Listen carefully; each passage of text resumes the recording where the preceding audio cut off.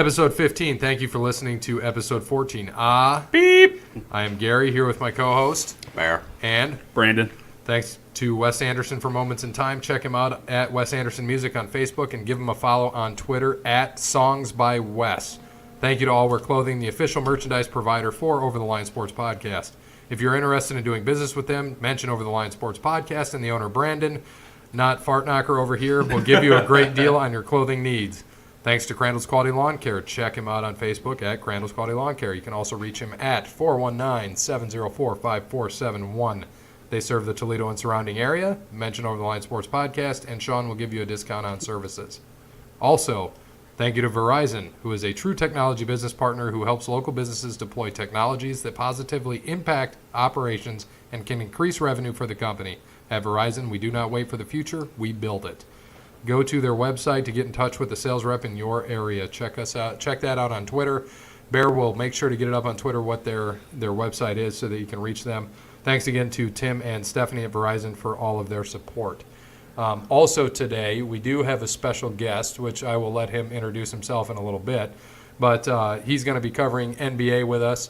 He is my road buddy when we go do the Luke Bryan Farm Tour shows, which has been a great time. Thank you to Boone, Iowa for your shitty rain, 6 inches of mud, trash. I didn't tell you guys this, but it was pouring rain all day. So I didn't, first off, get to see the Penn State-Ohio State game. We just caught it on Gamecast because you couldn't get a signal. And we were standing in mud, and it was awful. So they had to bring cedar chips to put down so that we could actually stand. And then they had all the guys ended up with camouflage jackets because it was freezing cold. Was that those cedar chips? Were they from Cedar Rapids, Iowa? They may have been from Cedar Rapids, Iowa, or they could have just been from the tree that the farmer chopped down next door. Yeah, you know what? They could have been. Yeah, but you never know. You never know. So it was cedar chips and drunks all the time. That's what we like to deal with during those shows. And after actually we record this, since it's a Tuesday, it's a special show. We are heading to Georgia, Albany, Georgia. I didn't even know there was such a place. Southwest Georgia. Got a 12-and-a-half-hour hike to get there and make it back in time for Saturday's show. So it'll be nice. Going to drive through the night so we can make it back Saturday. There's an Albany, New York. Thank you. Appreciate it. Oh, okay. I didn't know if you were going there or not. Yes. Wasn't sure. Yes, there is an Albany, New York. Thank you. I'm not going to lie. I'm going to take Brandon's last peach ring here, so sorry. Yeah. I was actually just looking up to see since Stat Guy has either quit or has fallen over drunk somewhere in a trash can. Dude, did you see that he tweeted us? I did, and I ignored it, I'm pretty sure. Well, he informed me that Coventry is not the city because he's like, it's actually Covington, and he's been there, kidnapped, and I didn't know he was alive.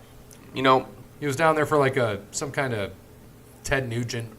No, thing. it was probably tequila and pancakes. He wanted Miller Lite or something. I can't remember what. But regardless, we don't want someone who shows up every now and then. So we might be on the search or a hire for another new Stat Guy, something like that. Well, I don't. We don't pay, except for Brandon's farts. But other than that, that's you can all enjoy we pay. that smell. Yeah, I mean, I think that's good. Better than what the last Stat Guy got paid. Yeah. But I was trying to look up to see if we had any listeners in Iowa while you completely just destroyed them. So you absolutely buried the entire state for one crappy city. Yeah. But I don't have the time to do that, and I really don't care. The state honestly sucks. Like, I did not enjoy it. Everybody there, of course, have their Hawkeyes gear on. We walked in. We didn't say anything because, we got smoked last year. Ohio State got smoked by Iowa. What position did you play in that game? Me? Yes, you. I was left out. Don't listen to him. Just keep on going, Gary. I was left out. And that's my favorite position. Yes, me too.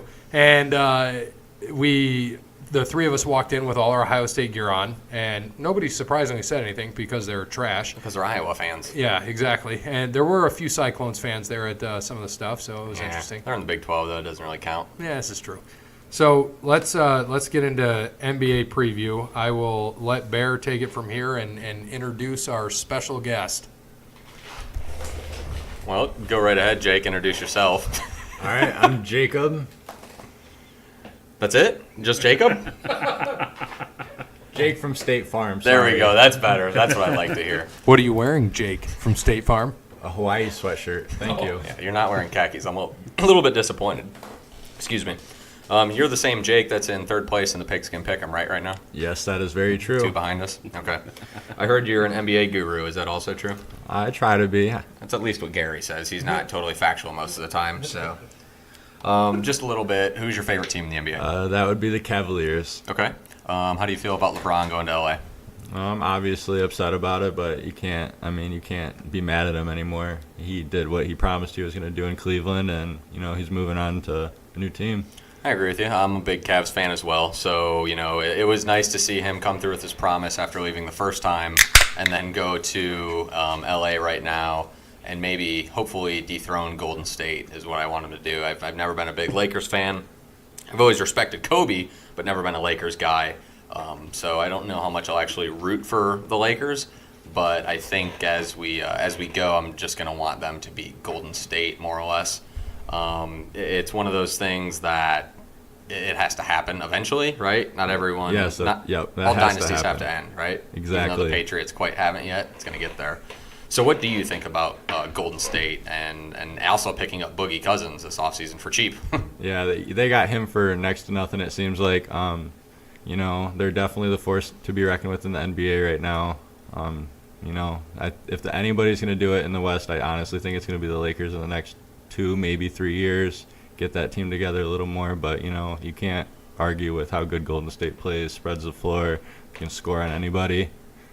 So. Okay. Now with the Lakers, I know they have a lot of, they got a lot of young talent along with also a lot of veterans. You got Rondo, you got McGee, obviously you have LeBron playing with Ball, Ingram, Kuzma, a lot of those younger guys. How do you think that's all going to mesh? Especially, I've heard some rumblings that LeBron isn't going to have the role he did in Cleveland. He's going to let Rondo facilitate, and he's just going to be the guy there. And then Ball also, when he comes back, facilitate. Okay, yeah, so I definitely, I think it's going to take some time, but I definitely think they're going to be able to push the ball. I definitely think they're going to spread the floor. They're going to hit their shots. LeBron's going to hit the open man. He's going to score from anywhere on the court. Do you think he's gonna give those Cleveland minutes, or do you think it's gonna be down a little bit? Because in Cleveland, he was averaging 37 to 39 minutes a game. Especially this last year was huge. I think it was his most minutes he's played. Obviously, he played in all 82 games, which he's in absolutely great physical shape. But he's getting up there a little bit in age, and he's been in the league for what now? 15 years, I think. Yeah, 15, 16 years, something like that. So I think that he's definitely going to try to, they're going to try to keep down his minutes a little bit, but if they make it to the playoffs and they're playing well, I think that his minutes are definitely going to be like they were in Cleveland.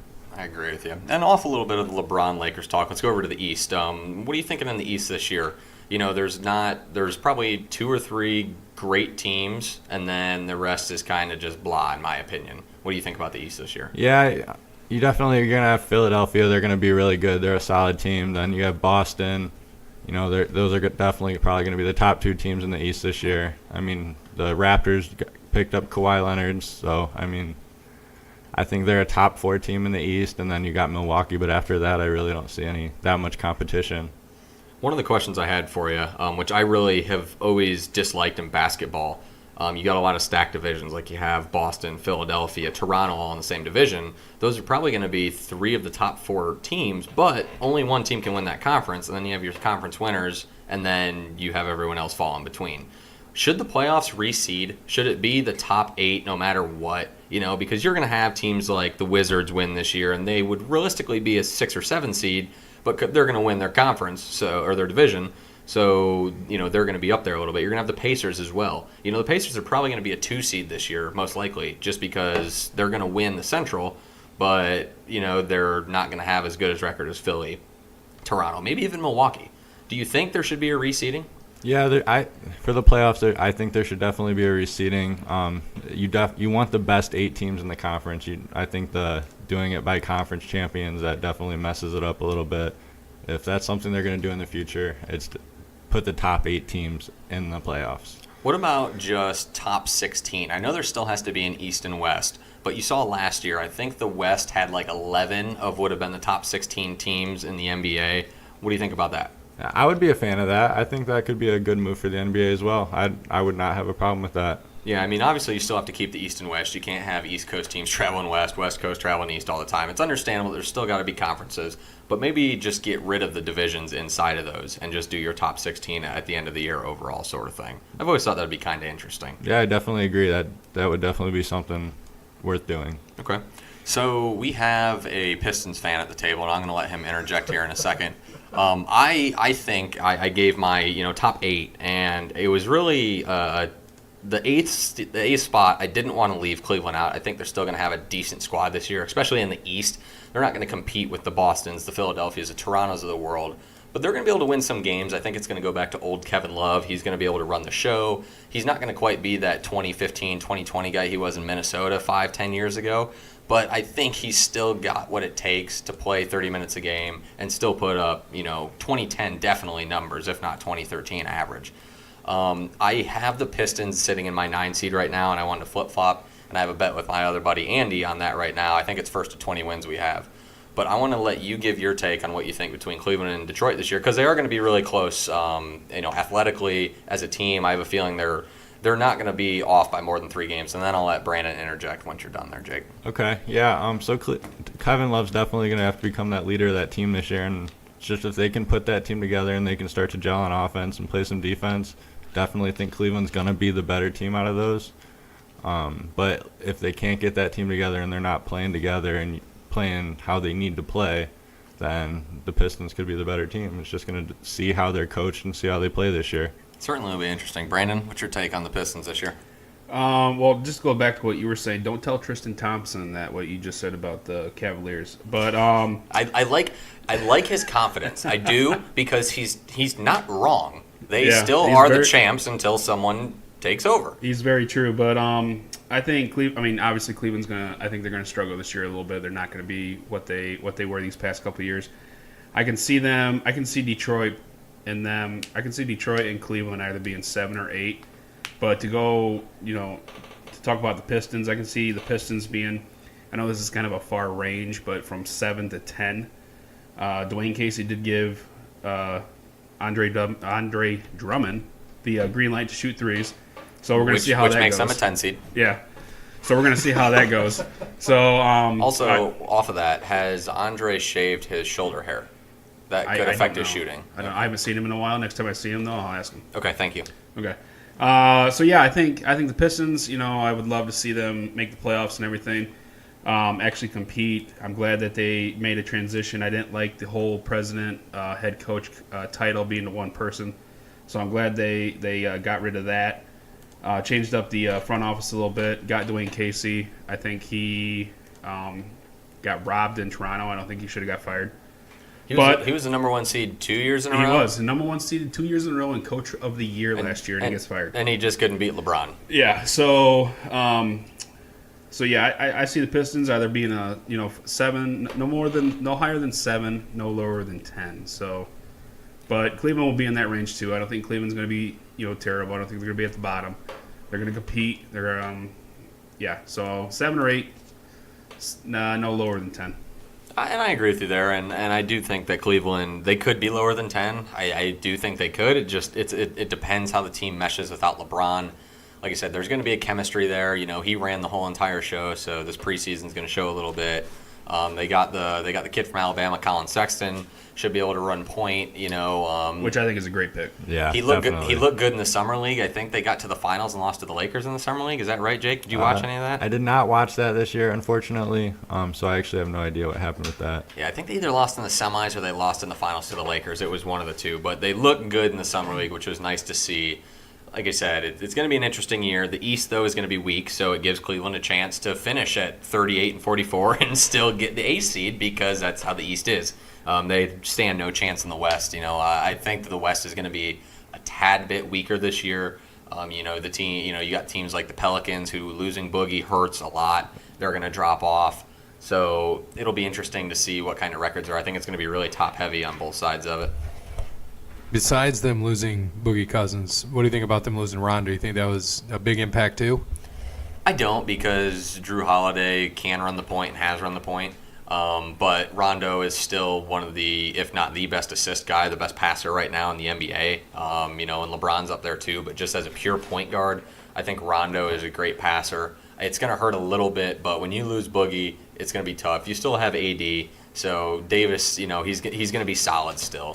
So I think that even though the Pelicans, still have a decent squad, I just can't see them making the playoffs this year with some of the other teams right now, especially now that the Lakers didn't make the playoffs and obviously will this year, obviously pending injury on LeBron. But going off of that, Jake, with LeBron going to the Lakers, obviously Golden State, I hate to say Boston, but Boston started this more or less. What do you think of super teams in the NBA and how that's affecting the NBA? See, I like them and I don't. There's like Golden State. I mean, it's hard to compete with that team. Not every franchise has the money to put a team like that together. Not everybody is able to do that. It's just being in that good market to where players want to go play, having that right coach, having the right organization. I think if it's put together the right way, I mean, you can't argue with Golden State's dominance the last 3-4 years. And I hate to say that they were a super team, but they were when Durant went there. That made them a super team because everyone else they had there was drafted there. Curry was drafted, Thompson was drafted, Draymond was drafted. They had a good core, and they filled in with good role players around. The JaVale McGee's and the Zaza Pachulias of the world are not good NBA players by any stretch of the imagination. But they are just great role players for what they did there. They're good guys that were down inside. They could get the dirty minutes, the 12 to 15 minutes, and get, 10 points, 3 boards, a couple fouls, rough some people up. It wasn't until Durant went there that made them the super team, which was because they couldn't beat Cleveland. They knew they wouldn't beat Cleveland. They wouldn't have beaten Cleveland if Kyrie didn't get hurt the first time they played. Yep. They couldn't do it when they were all healthy. And then the third time they needed Durant, who played a stellar finals to beat LeBron, Kyrie, and the Cavs. But having Boogie go there now, it turns that it keeps that super team motto, and the Celtics did that in Gary, 08, 09? That is correct. 08 won the 08. title. Okay. That's the only time they won it, obviously, with that big three. Yep, and that's kind of what started it, getting the stars to align and come together, and then obviously LeBron did it when he went to Miami. So they could beat Boston because they couldn't do that with Cleveland. He needed to go join with Wade and Bosh in Miami and do that. My personal opinion, I'm kind of the same as you, Jake. I like it and I don't. I don't like it more or less because I just don't like the Warriors. I love Steve Kerr as a coach and I respect him very much, but I just can't stand Steph Curry and his mouth guard chewing and all that garbage that goes with that. So I guess we'll see as we go and how that happens. Like you said, Boogie he's an injury waiting to happen. I think he's still a great player, probably the best center, but one of the top 10 players in the league. Just the way he can shoot threes and just play down low and dirty in general. But it'll be interesting to see how the year plays out. Give me a team, Jake, that is going to go under the radar this year that not many people are going to be talking about, who you think has a good chance to contend. For that, I would I actually didn't think about that one. I didn't look anything up about that. I have the hard-hitting questions here. Mine, I'll give you one. Mine, I think, Utah. I think they're going to be a great squad this year. They looked pretty good last year. And they got Grayson Allen, I think, from Duke, right? That's who they drafted. I think he's going to play great there with Donovan Mitchell, Rudy Gobert. I think they're definitely. I don't know if they're totally under the radar as well as they played last year, but I definitely think that a lot of people are going to not look at them, and I think they're going to win their conference this year, and I think they're going to be the 3 seed, and they have a good chance to cause a little ruckus there in the playoffs. I think anybody that's not Boston and Golden State or the Lakers, just because of LeBron, are flying under the radar. Well, Philadelphia isn't flying under the radar. Well, they're not, but I mean, you see what happened to them last year in the playoffs too. Toronto isn't flying under the radar. Yeah, they're not, but I mean, they got swept by Cleveland. Toronto did in the playoffs. Yeah, and but you got Kawhi, and you had you got rid of Casey for no reason, more or less. Right, so which is they've trash. had a lot of news on them, and you got rid of DeRozan. So yep, and then we didn't want to go. And then the Celtics beat the 76ers in 5 without their 2 best players. So I mean, I don't know if granted, anything could happen. I didn't think Boston would get as far as they did, especially taking Cleveland to 7 without their 2 best players. Right. But we got to see that Tatum is a real deal. And I think, people said who's better, Tatum or Brown. I think Tatum all day. Oh, yeah, absolutely. And, you got to see that in the playoffs. He came into play, and he played a good playoff every series. He certainly looked took good. over. He was a leader. No doubt in my mind he took over that team, and I was still salty that when the Cavs traded for IT that they didn't package them with Jalen or Tatum, and now I understand why Danny Ainge didn't want to send them that way. And the guy, people get pissed off at him because, he doesn't go up and draft these people and doesn't do this, doesn't make the big splash. I'm like, he doesn't need to. No. He doesn't, and they're fine. Sure, they haven't won a title, but well, I mean, it's Golden they're State. rookies, so. Yeah, they're rookies, and then Brown lost is to Cleveland. 2 years, and then Tatum was a Hayward was rookie. hurt. Hayward was hurt, and then you got Kyrie who got hurt. And now you're going to have them all back, so you got a starting five that's probably going to be Kyrie playing point. You're probably going to have Tatum drop back to shooting guard, Yep. and then you're going to have Hayward. You're going to have Brown and Horford. And Horford is going to be your likely starting five. And then Marcus Smart is signed a big deal, so he's coming off the bench. And then you got Marcus Morris who's going to come in. Aaron Baines is going to come in, so they still got that depth. Yeah, but what are you saying ooh for? Aaron Baines, But did you see what he did for them? Yeah, he did quite a bit for them. But it's still Aaron Baines. It is still Aaron Baines, but coming off the bench when everybody's exhausted, that guy can do things because all the studs are doing what they're doing. He gets what? He'll maybe get 5 minutes. I'll give you that. I mean, yeah, he'll get 5 to 6 minutes a game. Yeah, maybe, especially unless they get hurt. And in the playoffs, he obviously got more because more people were hurt. He had more run. But like I said, we'll see, and we'll get there here in a couple minutes. I have one more question for Jake. It goes off with most team going under the radar. Who's the most overrated team you think in the NBA? I think Houston's going to be an overrated team this year. A lot of people are liking that Carmelo Anthony signing. I think that's going to make them a lot worse this year. Yep. I think it's going to slow them down, and he takes a lot of unnecessary shots that aren't good for your team. You know what he reminds me of, though, going there? Oklahoma City, 3-4 years ago, when you had Harden and Durant and Westbrook, three guys that lead the team shooting. They had it. They should have won multiple titles, and they can't because everybody's got to be the stud. Yeah, exactly. They got a little bit too ahead of themselves, but Harden wasn't going to get paid in Oklahoma City, and Durant would have, but he didn't, and he chose to go elsewhere and get paid still regardless. But yeah, I mean, Houston definitely is going to be up there as overrated. I do think you're right. I agree. I think Melo hurts the team. They lost Clint Capella. That was a huge part of their team. They lose that center down in there, and I mean, he was great. He didn't put up the big stats, but I mean, the dude was still like 11-11. I mean, and consistently, it was great. He was a good player, and he played 36 minutes a game.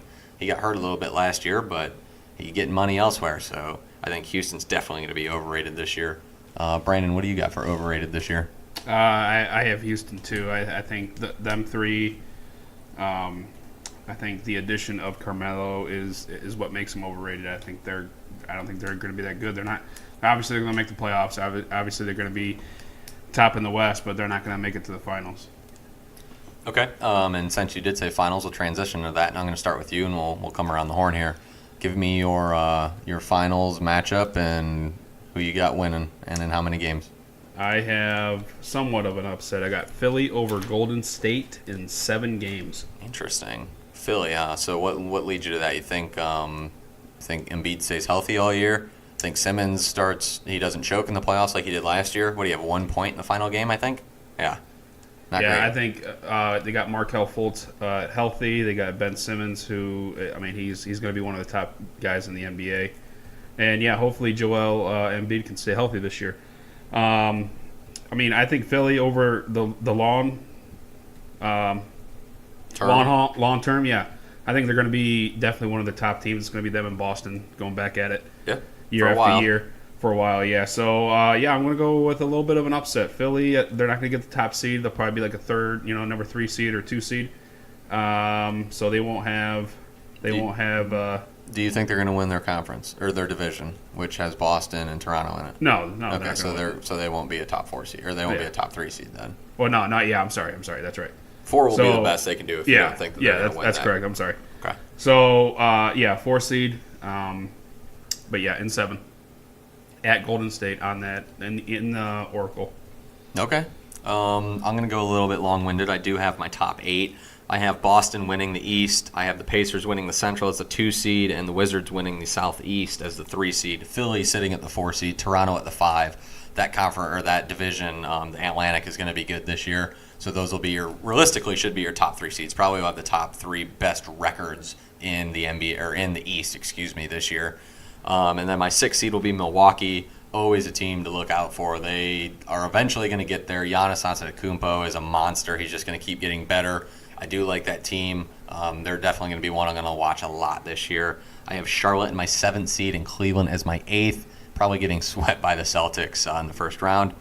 But I do, and then, in the West, we'll have Golden State as the Pacific champs, Houston winning the Southwest, Utah winning the Northwest, Minnesota is my 4 seed, Lakers is my 5 seed, Thunder 6, Portland 7, Spurs is my 8 seed. I battled that for a little bit, but I just couldn't find a team better in the West that could overtake them. So I think the playoff streak lives on, and they make it again this year. Did you say Minnesota 4 seed? Yeah, I think Minnesota's going to be great this year. Really? Yeah, I think they're gonna have a really good year. I think if they get rid of Butler, it'll help get rid of a lot of that distraction. I think they're gonna play pretty well.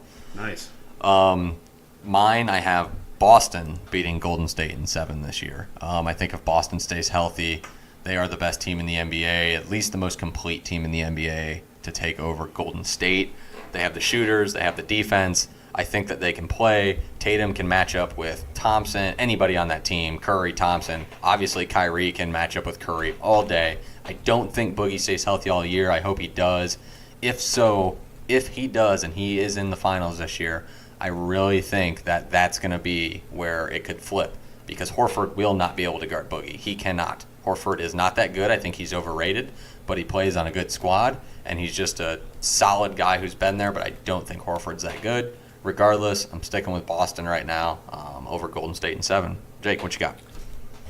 I got the Celtics over the Warriors in 6. I think Boston's going to do it at home in Game 6. And Gary, what do you think? You're a big Celtics fan. What you got? Well, I didn't want to go homer and say Celtics over the Warriors. I was going to actually say the Warriors over the Celtics in 7. But I would like to see the Celtics over the Warriors, so I just don't want to pull for my team because then I just get let down. But I'm going to be pulling for them, of course, but I'm going to say the Warriors. This is going to be the first year that Boston is together. If they stay healthy, Hayward got to play, 7 minutes with a team? So not even. I think he played 3. Yeah, so we don't know what's going to happen. In my head. Right, and we don't know what's going to happen, so I think they're going to be a solid team. But until somebody stops the Warriors, and I think maybe it could be after this year, but then I got this fear of, Durant may go to the Lakers, and so might a few other players in the NBA talking about going to the Lakers. I would love to see, I know there's talk of Anthony Davis going to the Lakers or and Celtics. Paul George, yeah. Right. I would love to see Anthony Davis go to the Celtics, and then I'm like, great, I'm done. Yeah, give them the title for the next 10 years. I'd be okay with that, but I doubt it. So, quick question. Brad Stevens, best coach in the NBA? Pop is still the best coach in the NBA, but I will say Brad Stevens is going to be the best coach in the NBA. I would say Steve Kerr, Popovich, Brad Stevens. Now, why would you say Steve Kerr? I obvious with the titles, but why would you pick Steve Kerr? I just think Steve Kerr brought that team up from nothing, more or less. What Mark Jackson had. Mark Jackson had pretty much the same talent, and he didn't do shit with them. So I think that Steve Kerr made that talent what it is, and I do like Steve Kerr. And obviously Pop's still going to be top up there, and Brad Stevens is very smart. I think last year against Cleveland, he outcoached himself a little bit, so I think he'll learn from that, and I think he's going to be pretty good here moving forward. Speaking of moving forward, as I'm looking at the national anthem here being played in the Cubs-Rockies game, let's do a little bit of baseball. Playoffs, wild card matchups. So obviously we are recording on Tuesday right now, and as we are recording, the Cubs and Rockies here are about to be first pitch.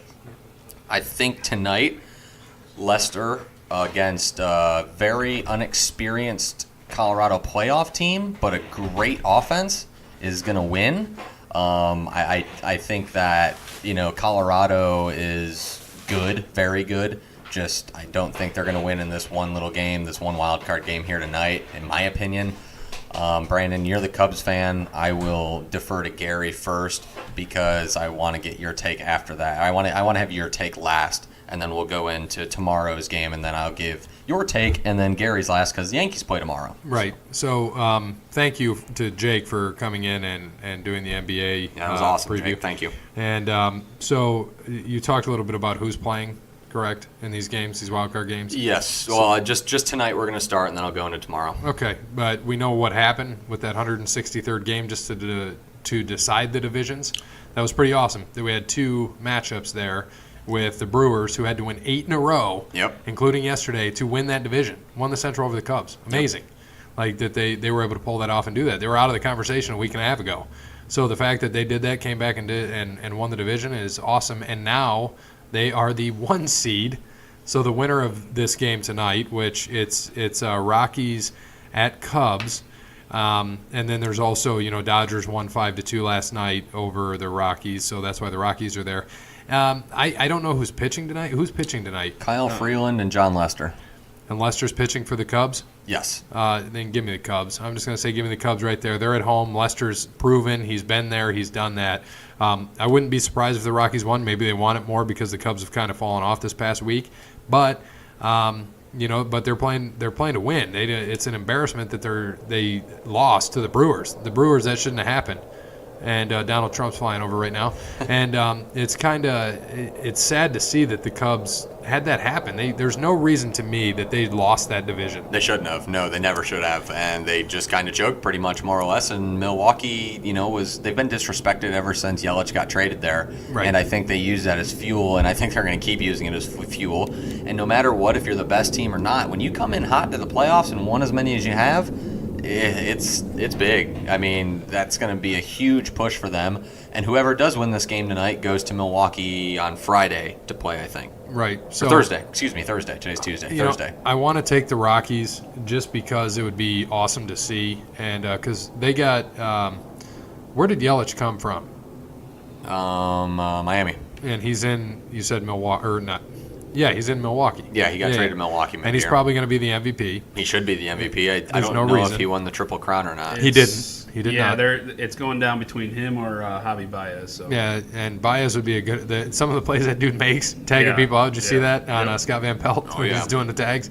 I could see it. I think Yelich wins it, but I think the Cubs are going to win tonight. But I don't know. I wouldn't be surprised if the Rockies won, but I think the Cubs got it. Brandon? Yeah, I mean, I don't really have much. We're about to see the first pitch right now. It's it's game time. It's time to fly that W. John Lester is on the mound. The Cubs should have won this division handedly. They should not be playing in this game right now. But Milwaukee did their job. They're coming in hot. They did. They do have the Who's the Cubs? Sorry to interrupt you. Who's the Cubs manager?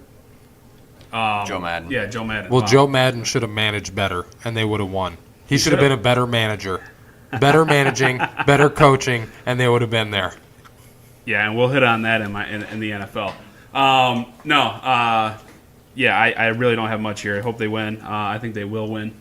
But it's a one-game playoff. Anything can happen. This isn't a series or anything. This is a one-game playoff. So, you can come in very hot and then choke in this game. So, we'll see how this goes. It should be a great game. I think. I'll even give a score. Let's go Cubs 8, Rockies 3.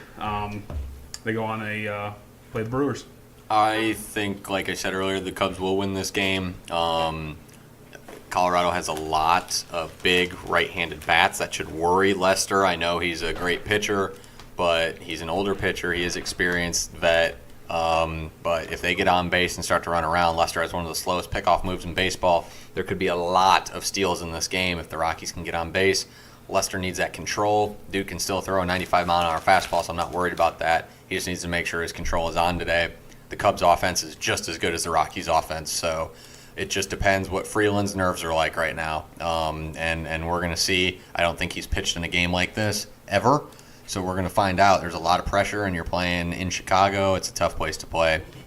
I go Cubs 6-5. Yeah, I think this is Colorado's first playoff game since 2007 when they played Boston in the World Series. So, well, go ahead. No, I wanted to keep talking. Let's what do are you it. talking Yeah, I don't know what you're talking Go- about, Brandon. go Just ahead. keep going. What? Go ahead with the Cubs. I mean, that's all I was going to say. So, Yeah, the Rockies playing their first game since 2007, first playoff game since 2007. So I believe so. I could be wrong though. Stat guy's not here, so he can't help us. Okay, But, well, should have did your research. Yeah, I know, right? I figured he'd be here today, but I guess not. So He's in Covington, Kentucky still. well, he needs to get out. He can stay there. If Gary stops crunching his combos over there, Brandon, I'll get you started on tomorrow's game, A's versus Yankees. What you got tomorrow? Man, Moneyball 2.0. I think what? Yeah, Moneyball 2.0. I'll give you a good movie, by the way. I honestly have not seen it, but I obviously know the story. So Moneyball 2.0. So again, don't have much. I don't know who's pitching tomorrow for the A's. I don't even know who's pitching Severino for the Yankees. Severino. Okay, that's what I thought. I wasn't sure. But give me the A's over the Yankees. I hate you, so give me the Yankees Okay. for obvious reasons. This time I will pull for my team and hope because it's a one-off. How many home runs do you think they hit tomorrow? The Yankees. The Yankees? Yeah. I don't know who's pitching for the A's. I don't know who I don't he know. is either. We'll but figure they that have out. like 200. What was they got the record? Yeah, they got the record. 70 And home runs or something. speaking of which, did you see Stanton, who hit the record? No. And when he hit, you didn't see it? No, I didn't see it. So he hits the home run Oh, yeah, over yeah, the monster, yeah. I and then saw the that. guy throws Yeah. it back and hits him on a bounce. Yeah. Funny story, that guy's not even a Red Sox fan. He's a Braves fan. Henry Gardenhoser. Sure, but he's Do you know where I'm going with that? Yes, I do. Okay. But at least he didn't throw it underhanded. He is a Braves fan, that guy. He wasn't even a Red Sox fan. So he threw it on a whim, it bounced and hit Stanton, which was funny. They got the record. I think they hit 2 or 3 tomorrow. Judge might get one, Stanton might get one. And then Andujar, who's pretty much their MVP next to Stanton, who flew under the radar, Miguel Andujar, who's a rookie this year.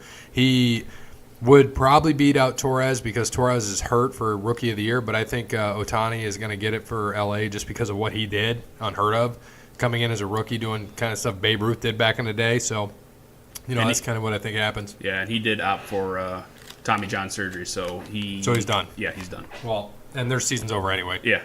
Well, while you guys were chatting, I was looking it up, and it says the A's are pitching Liam Hendricks, which is one of their long relievers. He only has 24 innings pitched on the year, so I don't know anything about this dude. He probably shut down the Yankees if they're going to do that. Yeah, he's 0-1 with 22 strikeouts, and he's only played in 8 games this year. 8 games started, 25 games pitched, with only 24 innings. So that's really odd.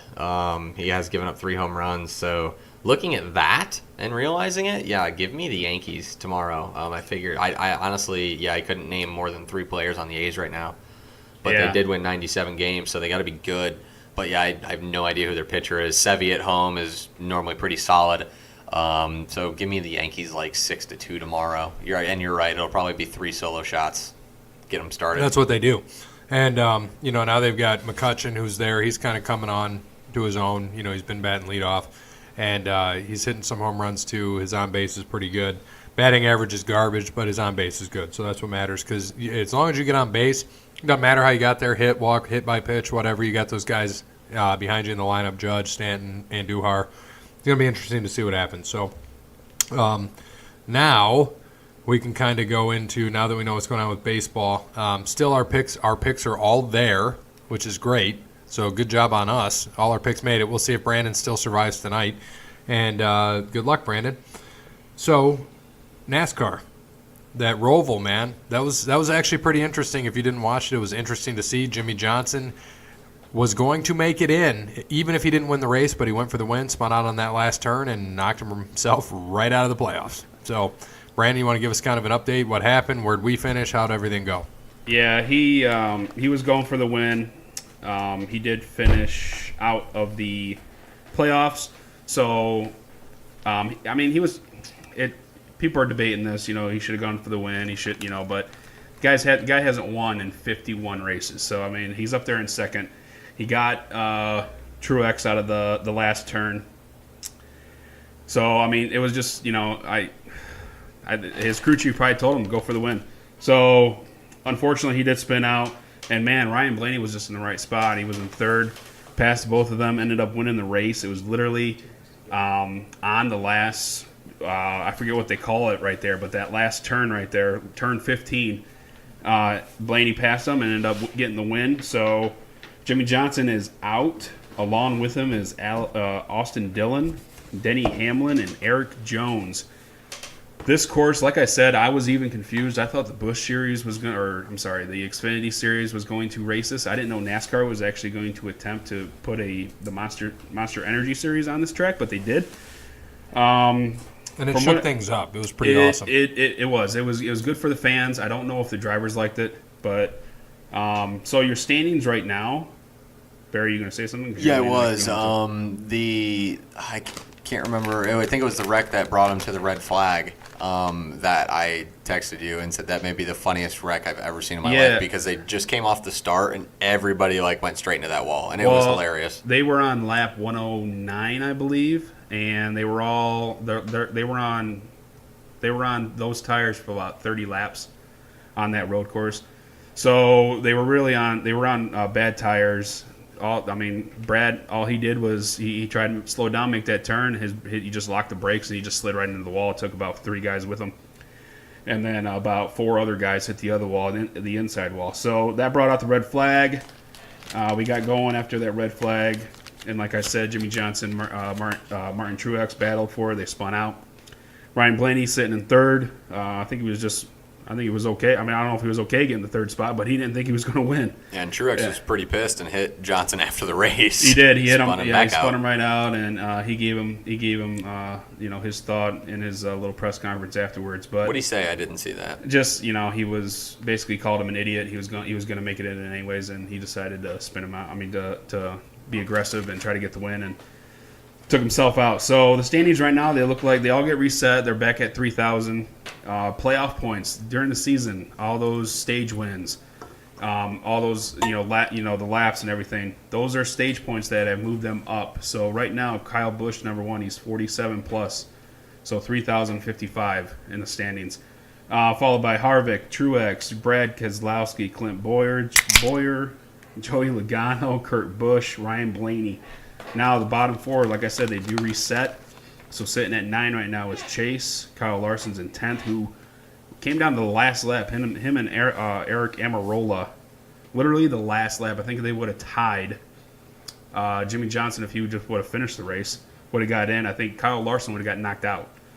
So they got in. Eric Amarola, he's 11th, and Alex Bowman's in at 12th. So like I said, the standings reset. They're back at 3,000. Playoff points matter. Stage wins matter. So that's where you get the additional points where they're at right now. Gary, I want to say something here since you haven't picked Hamlin yet. And correct me if I'm wrong. First week, I picked Kyle Busch, correct? Yeah. He won the next week. Right. Last week, I picked Blaney. He won the next week. You're the only one who hasn't picked Hamlin. I'm just saying you might want to pick him for Dover because I'm on a hot streak picking the guy who won 1 week too early right now. Well, just throwing that out there. I there. would love to pick Hamlin, but I'm going to save him. And plus, he's out of the playoffs. He's out of the playoffs. Pick him. Nah. He's going to win. Nah. He's going to win. I like my guy just because, and I'll explain why. So I'll just go into, first, before I go into my pick, Bear, since you can see the board, can you kind of update us on the standings? Yes. So Gary and Brandon both took Chase, and I had Hamlin last week. Chase finished 6th. Hamlin finished 12th. So not much changed. Brandon dropped down a couple spots to get closer to me. Gary stayed pretty much the same. He's sitting at a 5.5 average. I'm at 10.1. Brandon at 13.9 with that 37 from Logano finishing last, killing you right now, or you may be beating Gary. I just want to say this real quick. So there's been 10 races. So total collectively, because what we do is we add where we finish by position. So I've had in 10 races 55 points. So that's where the 5.5 is. You've had 101. Yep. And Brandon's had how many? 139. There you go. So even if I finished last, I would still be ahead of you guys. Which I think, just in general, for all of us, obviously you're doing very well, but even for us, being top 15, picking throughout the year or picking through half the year, we'll have to wait till next year. And this is what we kind of go in line with NASCAR. We talk about that consistency with wins and where you're consistent throughout the year. Well, obviously I've been consistent, so I'm in the lead. Brandon's in last, but he does have a couple wins. Doesn't matter. That's right, he does. How many races do they have a year?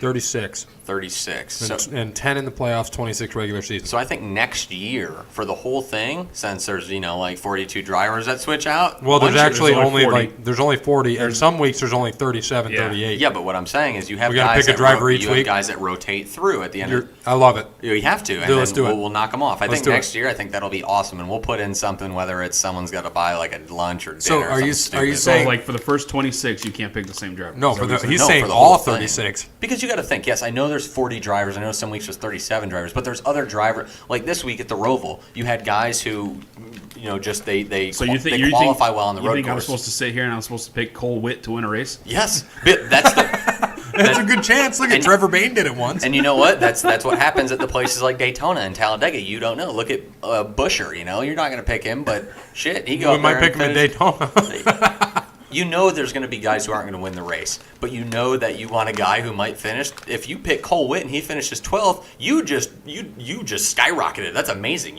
If Cole Witt finishes 25 or better, that's amazing. I'm just saying, next year we are doing that. I don't care what anybody says. I like it. So let's get into the picks. They're racing at Dover this week. Old classic. Mile and a half, or is it a mile? Monster Mile. Monster Mile. It's a mile. The Monster Mile and a half. Dover's been dominated over the years by Jimmy Johnson, Kurt and Kyle Busch, Harvick. Truex has won here, but not as much. I know Gary wanted to start, but I'm going to start. This guy should have won last week. Give me Jimmy Johnson this week. All right, and the guy I'm taking, because he snuck in to the playoffs, snuck into that next round. He runs well here at Dover. Give me Kyle Larson. Nice. I like them both. Give me Kevin Harvick. You're finally going to take him? You see I'm saving those big three for the end because they're Oh, going yeah. to the playoff. No, I know. I'm going to take him. I Yeah. still got Kyle Busch. I wanted right there. I don't Harvick. want to pick him, but hey. I wanted Harvick here this I week. can't wait till you pick Kyle Busch because I want to see if you actually do it. I almost thought about it today on the way here. I was like, I almost changed my pick, and I thought, you know what? I think he did win it in the spring. So I was like, man, do I really want to? But nah, decided not to. All right. Harvick can go back to back. That's for sure. I think so. I need you guys to. We're going to do the special segment. So, you guys got paper handy. This is a special segment. You got to think about this. Just give me. I want you guys to give me. First off, I'm going to give you guys the option. Tell me right now, all time or current? What do you want to go with? It can be opposing, and Jake will be the deciding vote. All time. An all-time, sure. Okay, we're going to go all time. So what we're doing for the special segment today, we're going to have a 4-on-4 flag football tournament. Each of you get 8 players on a team, 4 offense, 4 defense, and drafting right now. So we're going to do a snake draft, which, Brandon, do you know what a snake draft is? If you draft first, he gets the second and third pick, then you get the fourth and fifth, so on and so forth. That's weird, but okay. So what? Why is it? Hold on. Why is that weird? I don't know. It's just weird. So why would you pick first, and then he second, and then you third, then he fourth? That's not fair. Yeah. How is that not fair? You're each picking. Because it's not. How is that fair? You get to pick first each round. That's not fair. This is Gary's thing. He's doing a snake draft. Give him a snake draft. Does anyone Yeah. have a freaking coin that we can flip so we can see who goes first? Brandon, do you want the first pick or do you want the next 2? I don't. I guess the next 2. I don't care. Okay. Okay, and then fair enough. And then my question is it? Are we picking just only quarterback, running back, wide receiver, tight end? You can do whatever you want. It's 4-on-4. So I could pick 4 quarterbacks. You can pick 4 quarterbacks, but you got to score with those 4 guys on the field at the same time. Hey, it's flag football. Anyone can do anything. Right. So I don't care what you do. They can be anything. You can say, I want Deion Sanders on offense and defense. I don't care. Well, you can't do that. Okay, then you got to pick him for one or But the if other. if I pick Deion Sanders first, and I say if I want Deion Sanders as a cornerback, Brandon can't take him as a wide receiver. Right. And then, no, you each, if you take Barry Sanders, he's off the board. Yeah, right. Period. That's what I'm saying. So Okay. we're going to go best team. We're going to vote on it. Anybody that ever suited up for the NFL. Anybody that ever suited up. Yeah. So this is it. Very simple. Go. That's why I said all-time or current. Because if it was current, we'd go current players. You said all-time. So here we go. Bear, I prefer all time. Okay. number 1 pick. Number 1 pick all time for flag football. Give me Terrell Owens. All right, I like that. Michael Vick. And The Rocket Ishmael. Rocket speed. You the need third speed. pick in the draft. Do we- You Rodney need- Rocket You Ishmael. need speed. Do I have to Rocket even, Ishmael. do I have to pick anymore? No. You need speed. Oh God. I love these lineups so far. You need speed. I'm And sorry. Jake has returned. He's actually here. He's going to play the role of stat guy. He's writing down the I'm picks right now. I'm writing mine down. Okay, so the next So Ryan has the 4th and 5th pick now. So the next two, give me Joe Montana as quarterback, probably the best of all time. And then let's see. I mean, if you're playing flag football, you really don't need a running back. So give me Jerry Rice. So this guy starts out with Montana, Jerry Rice, and T.O. And Brandon starts out with Rocket Ishmael. Yeah, I'm gonna You take. had Jerry Rice there and you I take went- Rocket I wanna Ishmael take that for speed. speed? Yep. Are Give you me. kidding me? You get the next two. Give me Ocho Cinco. And give me Barry Sanders. Oh God, that's a good pick. I'll give you Barry Give me Barry. Bear, next two. Well, now that Brandon uses the whole offense up, I'm going to start off with defense. Give me Reggie White because he is an absolute monster. Well, was when he was alive. And Rest in peace. and- Just like Owen Hart. And give me Charles Woodson, great ball hawk. Charles it. Woodson. Not Rod Woodson. Now, do Charles I Woodson. get 2 picks? Or, Yes. Okay. Give me Bruce Smith. And give me. You said it. Give me Dion. Dion. All right, so how many picks have you guys each made? Should have 3 more left, I think. 6. So you have 3 and he has 2. Yeah, Is that right? Who picked first? I did. I took a pick. I picked first. oh, you did. That's Jesus. right. So you should end with 1 actually. How many picks they got each? No, that's right. I end with the last one, I think. Yeah, if I pick I have 6 right now. 6 to 5? yeah, if I pick first, so I got 2 right now. All right. So my other 2 defense, once again, because Brandon already filled his offensive spot, so I have one last person that I can use on whatever I want. Let's see, will be it is flag football, so you really don't want someone who could absolutely kill somebody, or I'd probably take Ray Lewis.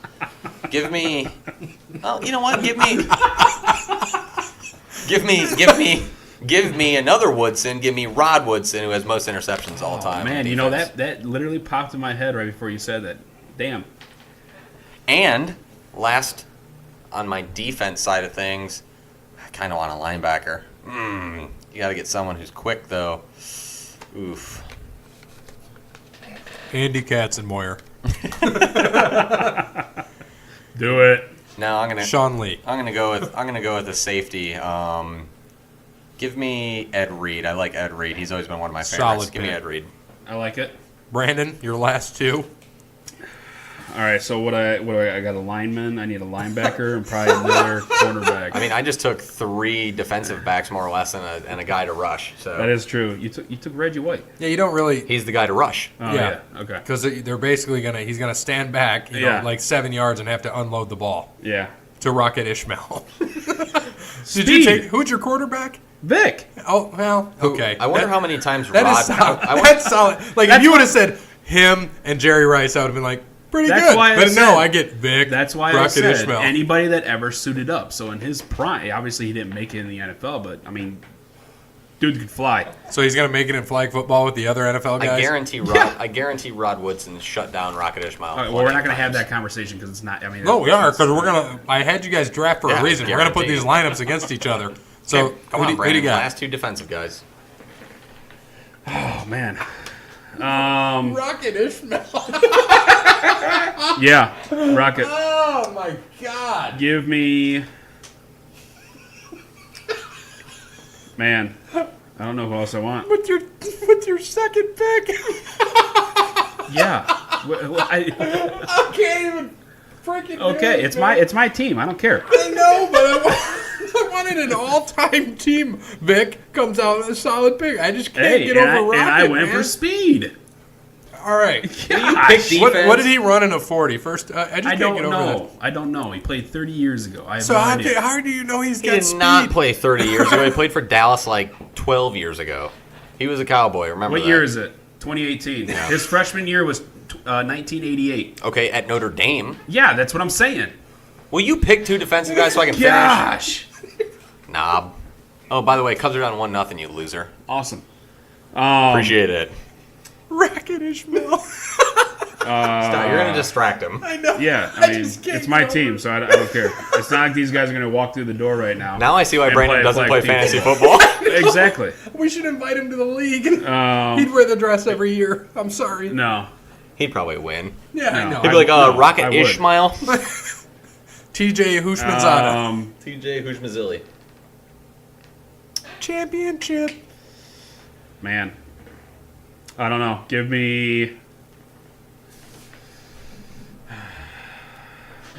me another Hall of Famer, Daryl Green. Who? Daryl Green? Oh, I thought you said Dale Green. I was like, No. where the hell is Dale that? Green. So you've got Daryl Daryl Green. Dion, and Bruce Smith. Dion and Bruce Smith. Okay. And then give me Freeland a lefty too? Damn. give me Lawrence Taylor. Okay. LT. Okay. You got no speed there, but Good thing I don't put my 16-year-old daughter out there on the field. no Then kidding, you'd right? definitely get her. My last pick, I don't have any Cowboys yet, so I am going to make my last wide receiver Michael Irvin. so the fun thing here is, did we take any current players? No. Ed Reed just retired last year, right? So Yeah. I was closest. Yeah.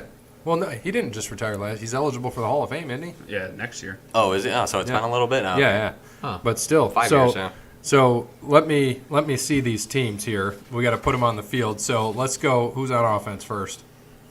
Well, if I picked first, Brandon gets to pick offense or defense.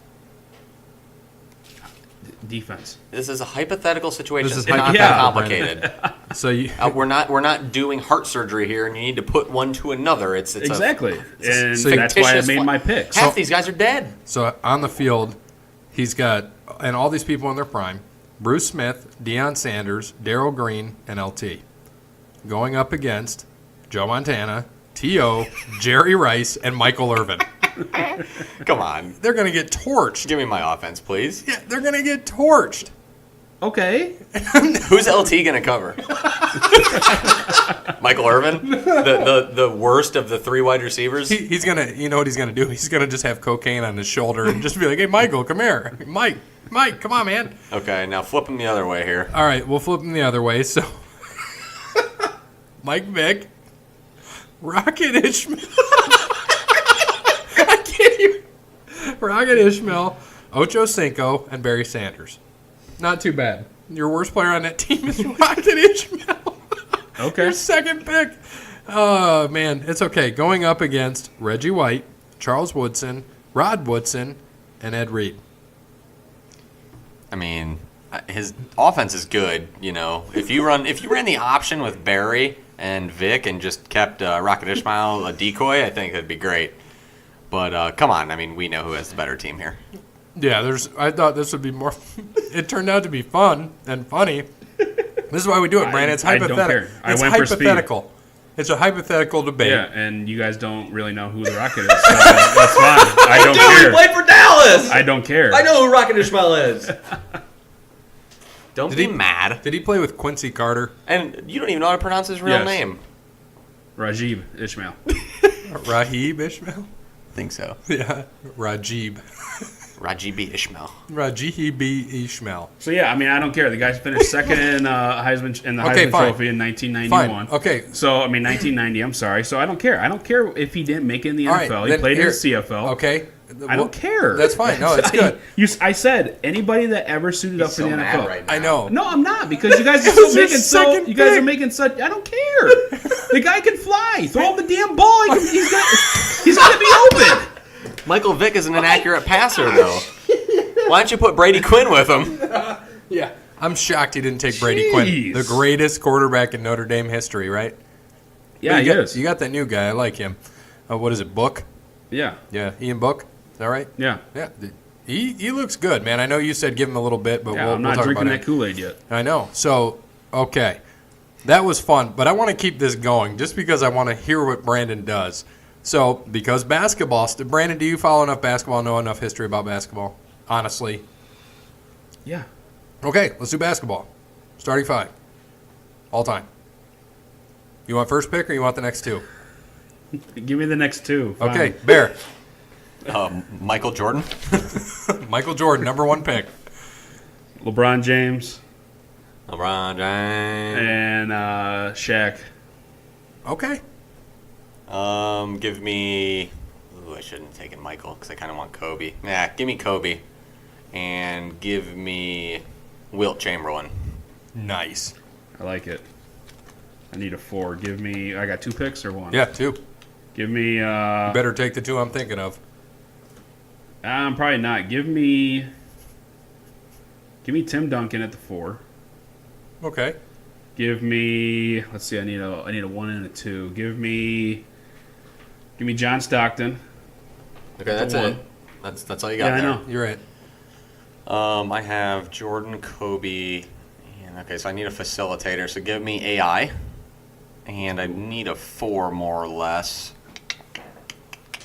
Screw it. I don't need a 4. Give me Karl Malone. I'm just got a whole bunch of scorers. Okay. You? You took my AI for my 2. I was gonna put him at the 2. Give me. Damn. Give me D Wade. Okay. So you got your 5. Yeah, I got my 5. Yeah. All right, He's got so his 5. I'm just going to put in 5 just to put in 5. Is that cool? Nope. I can't put in 5? No. No. I'm putting in 5. They can't be any of ours though. I know. I'll put in 5 without your guys. Go ahead. All right. Give me Magic. Give me Bird. AIDS. Because I like to see him to be. Yeah. Give me Magic. Give me Bird. They hated each other. Would never get along. They didn't hate each other. Guess they did. When they played against each other, they're good friends. They like playing on the Dream Team together. I wish, Bird didn't go out and do his own driveway, so he has a bad back. But that's, part of life. You took, who'd you take as your center? Wilt the Stilt, Oh, man. Wilt the Stilt. and he's also allegedly had sex with over 10,000 women too. Just throwing that stat out there. That is absolutely true. Very impressive. But if you score 100 points in a game, Well, I mean, you can do whatever you want. Give me Bill Russell. I see. I was leaning towards him. Okay, so give me Bill, Magic, Bird. So I got my forwards, my center. You guys took the guards that would have enjoyed having. You took Kobe, right? Yep. God, I got to think on the fly here. Gosh, man, I don't even have to think about it. You can just make a Monstars team and not care. But wouldn't have I don't anybody's. think, I don't think Magic. Monstars count. Yeah, I know. Magic could start with the ball. Give me Barkley. I'll put him out there with them and have Magic lead it. So you got Barkley, Bird, Magic, Bill Russell. And Man. Who are you missing? I could A 4? anybody. A A 4? 4, essentially. more or less. Yeah. How about Barkley? I'm not even going to say anything. Barkley's a 4, but he plays 3. It's both. Yeah. Who is my team? No, he's safe. Magic, Bird, Russell, and Barkley. Yeah. So I already have Barkley. So you need a 3, Yeah. 2 or 3. Oh, you did take Barkley? Yeah. You need That's why I to- said I'm not going to say anything. You need another Oh. guard. Sorry, I'm watching. I know this, that- I'm watching the game. So Unless you play Bird. apologize. If you play Bird as your 2, you go Magic at 1, Bird Bird at at 2, 2. Barkley at 4, Russell at 5. So who's your 3? Oh, God, man. You could take – there's so many options there. Just give me thinking of all those teams. I'm just going to keep it Celtics. Keep it going. Give me Havlicek. Should have went Durant. Yeah, I know. Didn't even think about Durant. Not thinking current. Take Should've. Havlicek. Shoulda, woulda, coulda. So it's good. So, based off these picks, Jordan, Kobe, Wilt Chamberlain, AI, and Karl Malone. Good team. LeBron, Shaq, Duncan, Stockton, and D. Wade. Good team. Another one. Magic, Bird, Russell, Barkley, Small. Havlicek.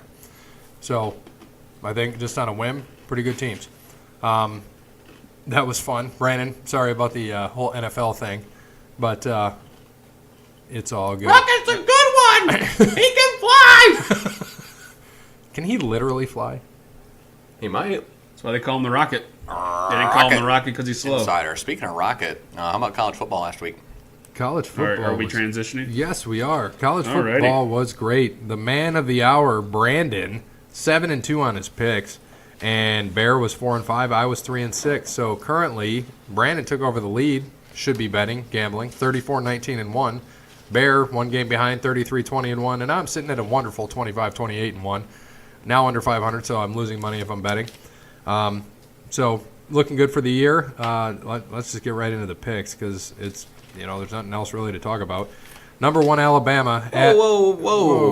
What? What do you mean there's nothing else to talk about? Okay, we'll talk about Ohio State and Notre Dame. There Go were ahead. 2 huge games this weekend. Fine, go Huge ahead. games this weekend. I'll let you talk about Ohio State, and Brandon Okay. can talk about Notre Dame. Game number 1, Ohio State. Once again, everyone's freaking out after the first half again about how they're going to lose and blah, blah, blah. The best halftime adjusting team in the country did it again. It took them a little bit longer, and I hate to say this, but there were some really bad calls in that game. Very bad calls. I mean, we're talking a targeting call of a guy who ducked down and took a shoulder pad to the head. And, the defenseman got thrown out for that, by the way. The guy caught the ball and ducked down to take the hit, and as the other guy ran across, hit him with a shoulder pad and knocked him out. And then, after they realized he didn't get up, they threw the targeting flag. Terrible call. Very, very bad. A lot of interesting calls. Ohio State still comes back. Haskins played I shouldn't say bad. He played mediocre in the first half, came around in the second. Wide receiver started to catch balls again. McSorley did his McSorley things, just tries to run around. The secondary shut down their wide receivers in the second half. It was a thing of beauty. Great game. Scored late. Shut down McSorley again. Absolutely wonderful. Loved it. I was worried for a little while, but like I said, you got to wait for these adjustments to come in. You could definitely see them kick in the second half. It was great. Huge road win. Very big. They don't have really any tests, I should say, until they get at Michigan State here towards the end of the year. You know, typical Big Ten, Minnesota, Illinois, Nebraska, who I thought would be a test, but wow, they just lost to who? Illinois?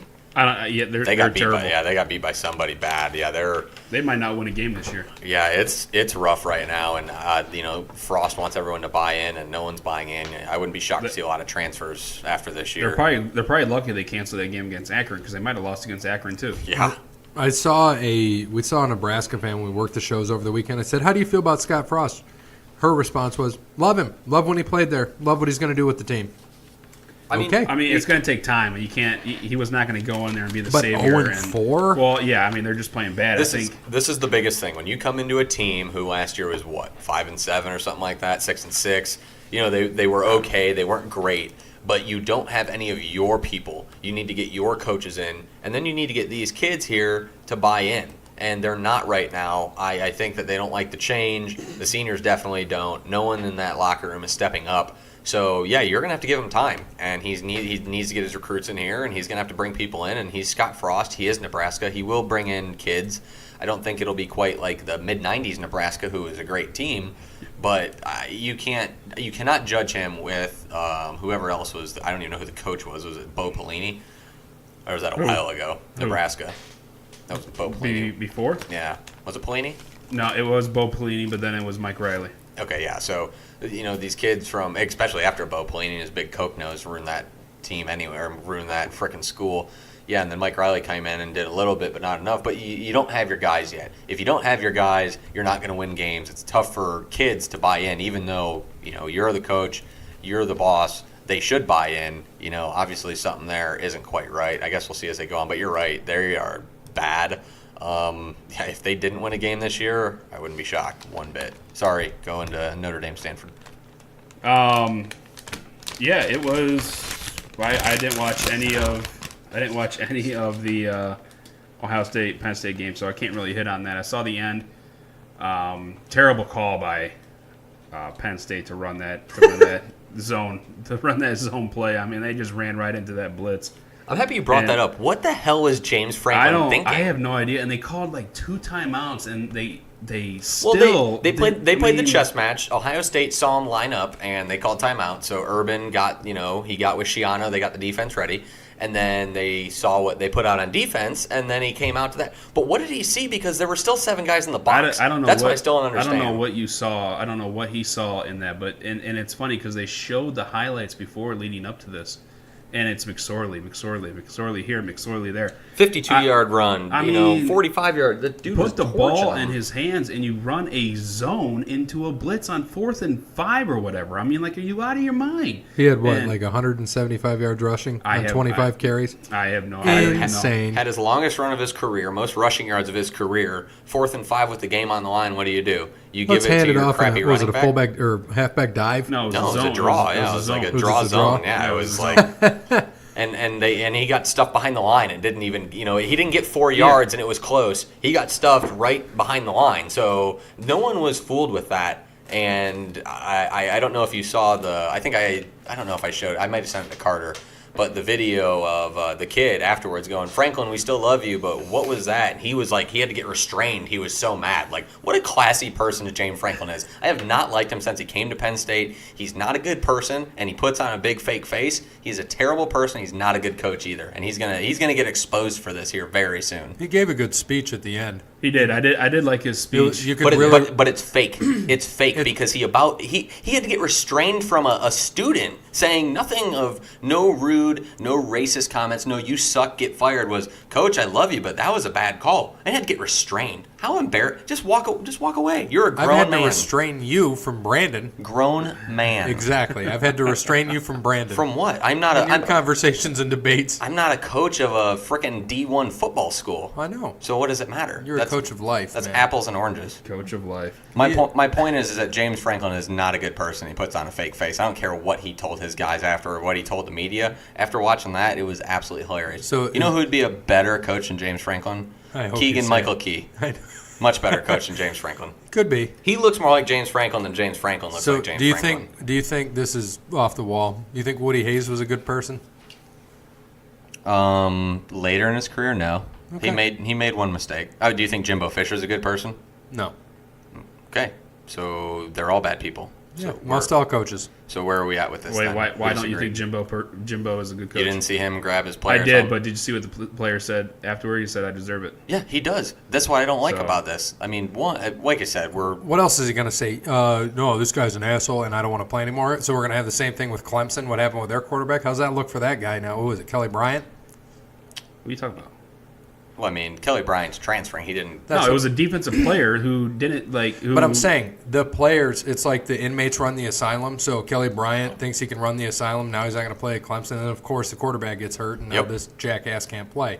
When all he had to do was keep his mouth shut, sit there for even a week, and he'd be back out there playing. yeah, but I mean, it's a betting game. He didn't know that was going to happen. I So mean, he basically- wanted to play, and he got benched. I can't play because I'm not good enough, so I'm going to transfer now. Yeah, you're but okay. Are you? that's what You're kids okay do with now. that? But are you That's okay what with kids that? do these That's days. what No. kids do. Are you okay with it? I don't care that that's what Are you kids asking do me as a these days. fan or as a coach? If you If were I a would do coach, it? how would you feel about that? Of course I would be pissed off. But Yeah. I mean, it's his decision. If he's not going to sit there and just be like, okay, I'm not going to play. Let me just sit here. Yada yada yada. No, he's going to say, I'm going to go somewhere else. I'm going to play. This is the thing, though. First of all, Dabo made a terrible decision. I agree. He got benched for a freshman who had one decent half of football, and then came in the next week, and still the offense just looked mediocre. It didn't look good with Trevor Lawrence. He didn't do anything different than Kelly Bryant did. So why make that change? And- Why go from your senior quarterback to your freshman quarterback? What kind of message does that send to your team? It's not a good message. Oh, I So- agree, I I know agree that. too. Kelly Bryant was in my top 3 of Heisman, Right, in he the was. ACC. And I'm with you. And I know this Trevor Lawrence, he's a big guy, big arm and everything. He's going to be good, but you don't start Okay. him over a senior quarterback who was winning you football games. It's okay. Right. Wimbush was winning you football games, right? How are you going to feel if he transfers? Is it okay? Kelly Bryant's stat is way different than Brandon Wimbush's But stat. you just said he's winning you games. Wimbush wins you games, right? He got benched, didn't he? Yeah. Right? So would you be okay if he transferred?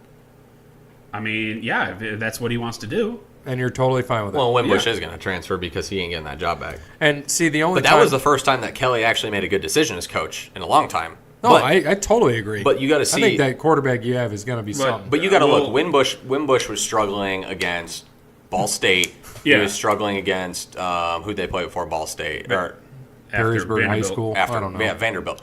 My point is that he struggled against bad teams. Kelly Bryant didn't struggle. They just beat Furman 38-7. You know, they beat mediocre school. But Notre Dame should have been beating Ball State 38-7. You know, whether they had the stats or not. My point is that Wimbush looked a lot worse than what Kelly Bryant did. Right. But Dabo expects 60 points a game, and he wasn't getting that. So we know Jalen Hurts cannot transfer or cannot play next year. He can transfer. He won't play next year because he's played the 5 games. I think he is going to graduate. So if he wants to transfer, he can play wherever he wants to. Yeah, and then Kelly, we'll see what happens. I mean, we don't know.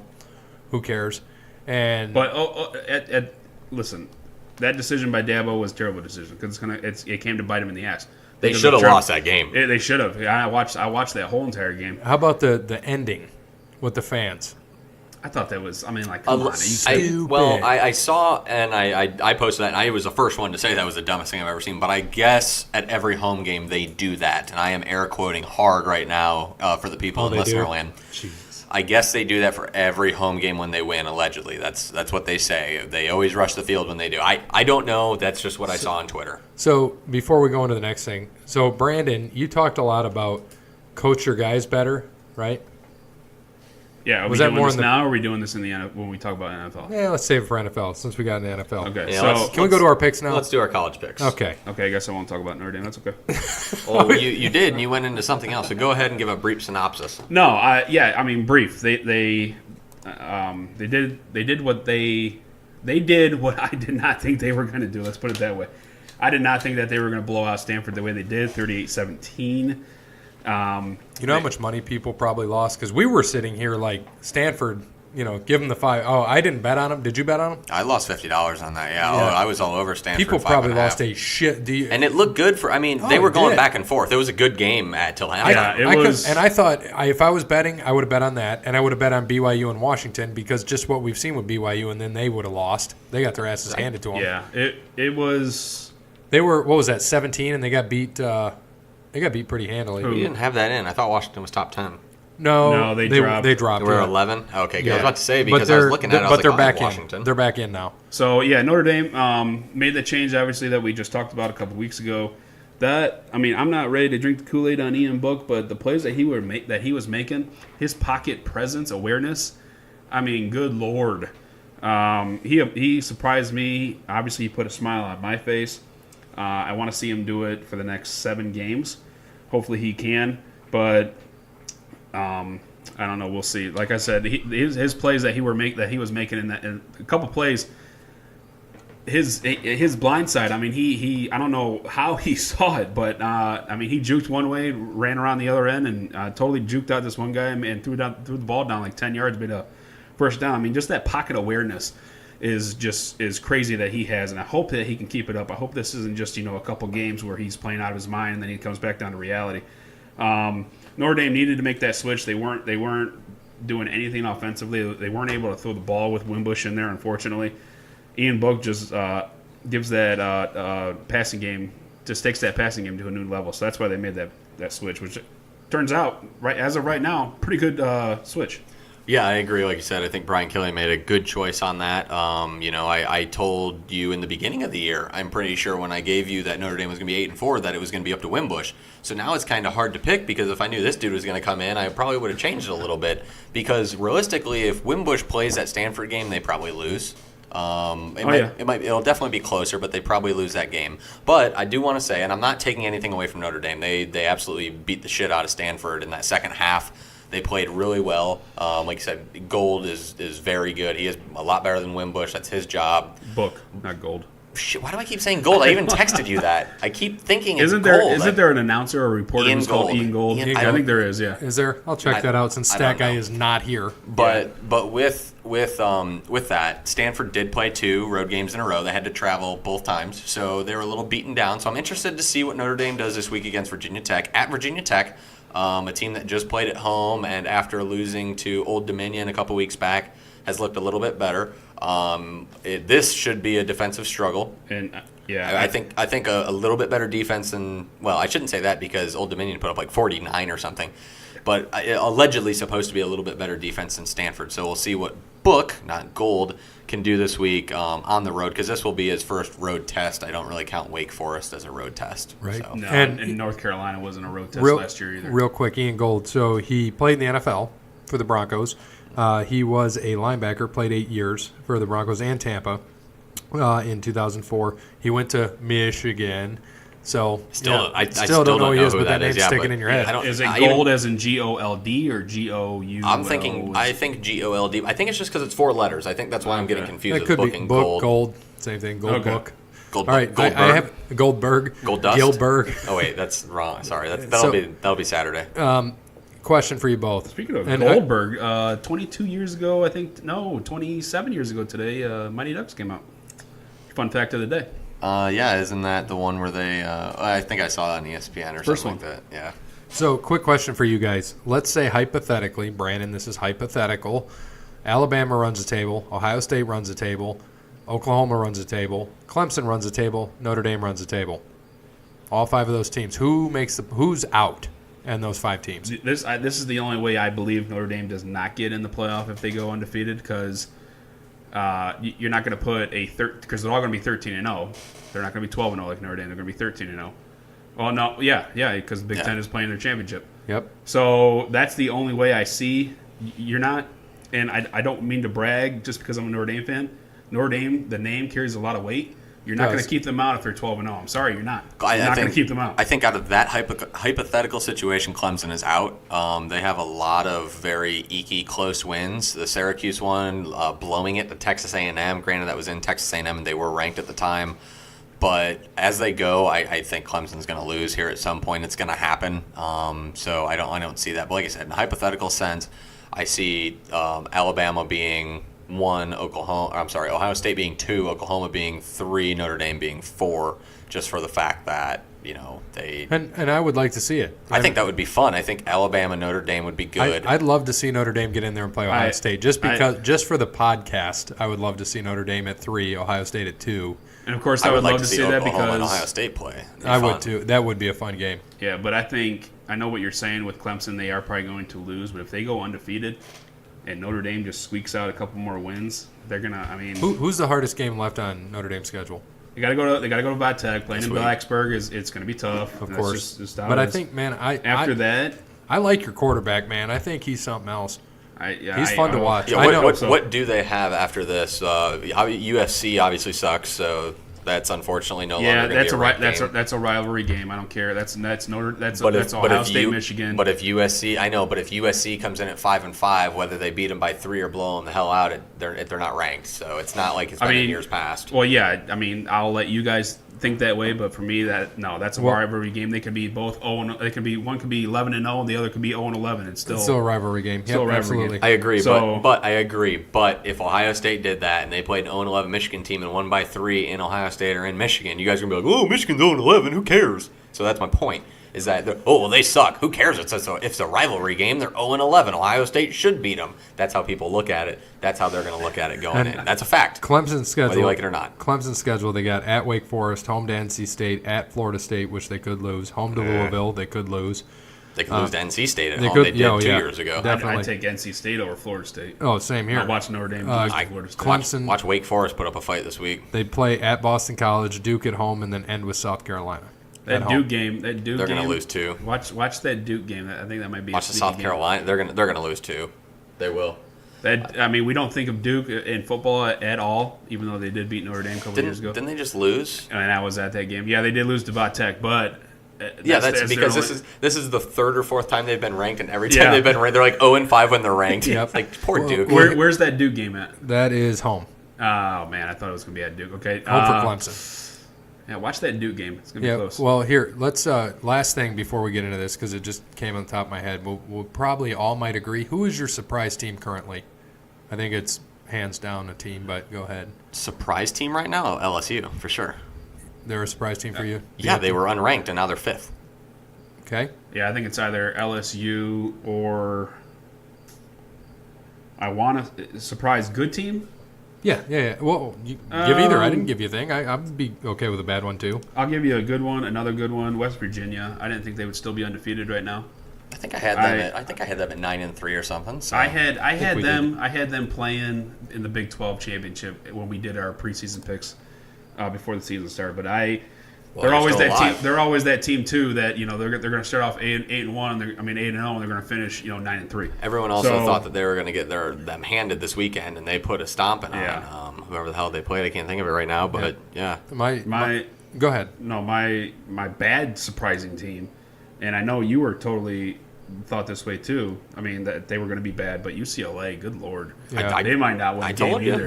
I picked them to be 7-5. My surprise team is ranked now, and they're not traditionally a football school, but Kentucky. Yeah. Oh yeah. They're what, 13th now? Listen to this. 5-0. So they beat Central Michigan, whatever. They beat Florida at Florida by 11. Which is the first time in several years. 2 years. They beat Mississippi State by 3 touchdowns. Yep. Then they just beat South Carolina by 2 touchdowns. Yeah. So we're going to see they got Texas A&M. They're at Texas A&M this week. It's going to be a tough one. That'll be a tough one. But then after that, their big game is Georgia. And they're at home for Georgia. And Kentucky, I think we all had them 6-6 or something. Yeah, even worse than 7-5. that. Yeah, something like that. I am polling for them. I want to see them do something. That'd be awesome. That's a great story. I do, but I don't because I don't want to see them in the fucking championship game with Alabama. There it is again. Well, are we keeping that one? Yeah, we're going to keep that one. All right. I don't want to see it because Alabama's going to blow them out. It's stupid. I want competition there, and I want to see Kentucky do good, but I don't want to see Alabama and Kentucky because then it just gives Alabama a free ride. Give me Georgia, Alabama, please. Yeah, but if Kentucky comes out and keeps stomping people, and let's say they stomp Georgia, hypothetically, we don't know. Do you think anybody can hold a torch to Alabama? Honestly. I don't, but at the same time, I mean, Georgia's the only one who's going to be there to do it, so give me the better team. Okay. There we go. All right. I do like Kentucky's running back, though. I do, too. Let's get into the picks. All right, since we've been doing this for 20 minutes. Can you name anybody who's gone to Kentucky? I think I know 2 people, maybe. Like for football? NFL, yeah. Randall Cobb, Tim Couch. Randall Cobb. Okay, I didn't know Tim Couch. I was thinking of Jared Lorenzen, but okay. Oh, yeah. Randall Cobb was my number 1, though. Okay. That was it. Yeah, I had him Go too. ahead. All right, number 1 Alabama at Arkansas, 34.5. Give me Alabama to win 52-0, so they're going to cover. Yeah, I got Alabama too. Alabama big. All right, Vandy at Georgia, 27 points. I'm going to pick Georgia 38-13, so they Vandy? They do not cover. So you got Vandy. I got Georgia, sorry. I bet you Georgia by 4 touchdowns, just by right 1. on that. That's what I'm thinking. It's going to be close. That might be our bad beat. Indiana at 3 Ohio State. Ohio State moved up this week, 26.5. 46-7 Ohio State. Yeah, it's going to be one of those that Indiana always plays Ohio State tough. They can definitely throw the ball around a little bit. I still think Ohio State pulls away at the end, beats them by 4 touchdowns. Give me the Buckeyes. Buckeyes here. Number 4 Clemson at Wake Forest, 17. Plus 17. 38-10. Wake Forest just fired their defensive coordinator after the Notre Dame game.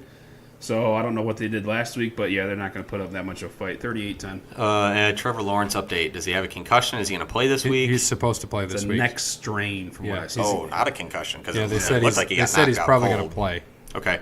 I still think, like I just said, that Wake Forest puts up a little bit more of a fight, firing their defensive coordinator. Maybe they rally around whomever got that position. So give me Wake Forest to lose by 10. I also have Wake Forest. Number 5 LSU at Florida, 2 points, and 2 point favorite for LSU. So plus 2 for Florida. LSU 27, Florida 24. Barely. Yep, I have LSU winning by a field goal, so LSU. LSU here. Next, the big one for Brandon. Are you ready? Brandon is here. We got number 6 Notre Dame at number 24 Vatech, 6 points. All right, Notre Dame going to Blacksburg. This game, I was very, I would say, mad when Vatech lost to Old Dominion because this is when we did our Notre Dame preview. This is the one game that I picked them to go 11-1. This is the one game I picked them to lose. I'm not going to do that today though. Notre Dame wins 31-27. So whatever that is. So you pick Vatech. Yeah, Vatech. But Notre Dame wins. overall, the game, and that's what Was I'm that talking was about. that one of your game. losses last week? Yeah, it was one of your losses. Notre Dame. I picked Notre Dame We all 31-30. picked Stanford. Yeah, I know. But you've Notre Dame is. Have you won anything on Notre Dame? He hasn't. No, because they always do. They always do the opposite of what I think. I thought last week the game was going to be awesome. No, It was but gonna you were right in the beginning though, when they had Wimbush starting. I think that was Notre Dame was a favorite by like 1 or something. Well, no, the Michigan. Yeah, I'm the talking Michigan game, that was not it. that one, the Wake Forest game or one of those other games. You had it, and you No. were like on point. You said, "Don't." I told you, don't bet them. I think it was a a bad Vandy game. beat. It was Yeah, a Vandy game, it was a bad beat. and they won by 5. Yeah, I was stupid. So I said, "Don't take. This is not going to be a blowout." Since Brandon did that, I should take Notre Dame. 6 is one of those that I like to pull for the favorite, but after a big win at home against Stanford, a tough team, you got to go back and play another tough team on the road. Don't get me wrong, book not gold, can play, but like I said, this is going to be the first true road game he's played. So I think that Va-Tech pulls the upset by 3. Virginia Tech 23-20. And I want Notre Dame. I believe in your quarterback, Ian Book. I think they're going to win by a couple touchdowns. So give me Notre Dame. I like it. Let's hope. The next game, Kansas at number 9, West Virginia, 28.5. Wait, what? We picked 2. Missed. I mean, we missed Oh, 2. I am 7 so there. sorry. I skipped 2 because I'm making my picks as I go. Sorry, number 7. So Texas at number 7, Oklahoma, 7.5. Give me the Red River Shootout. Give me Oklahoma will cover 34-21. Oklahoma struggled the past couple weeks. Baylor doesn't count, but they struggled against Army. They went to overtime. Kyler Murray, hopefully he doesn't show up late to get suspended for a series, but he did put up 7 touchdowns. Pretty pissed off last week. This will be his first Red River Shootout here, so I like Oklahoma by... I think Texas is going to keep it close for a while, but Oklahoma will pull away at the end. Oklahoma probably by 10, so give me the Sooners. Oklahoma as well. I think they're going to win by a couple touchdowns. Number 8, Auburn at Mississippi State, 3.5. This will be a close game. Give me Auburn 24, Mississippi State 20. Okay, barely. Yeah, I'm taking Auburn here. I think that they win by 2 touchdowns probably. Mississippi State they're on a little bad streak right now, and I think it's going to stay that way. I agree. Give me Auburn. Now, Kansas at number 9, West Virginia, 28.5. Yeah, I'm glad West Virginia finally cracked the top 10 so I can make this pick. I kind of like West Virginia this year. Will Grier is their quarterback, Heisman Trophy candidate. Keeps it up this week as well. Pads up those stats, 52-17, West Virginia. Yeah, Kansas at home can hold some teams to lesser scores. Kansas on the road, not good. West Virginia is going to blow the doors off of them. Yeah, give me West Virginia. Kansas lost their first game to Nicholls State, and then their third game they blew out Rutgers, but it's Rutgers. Give me West Virginia as well. Number 10, Washington, back in at UCLA. The greatest team, 21. Man, Chip Kelly, bad. Give me Washington 42-6, so they cover. Yeah, big time blowout. Don't care where it's at. Washington, they might not even score. Give me Washington big. Give me Washington 100-0. Just because. George Washington could play quarterback and beat UCLA. His teeth were made of wool. Wood. Wool. Wool.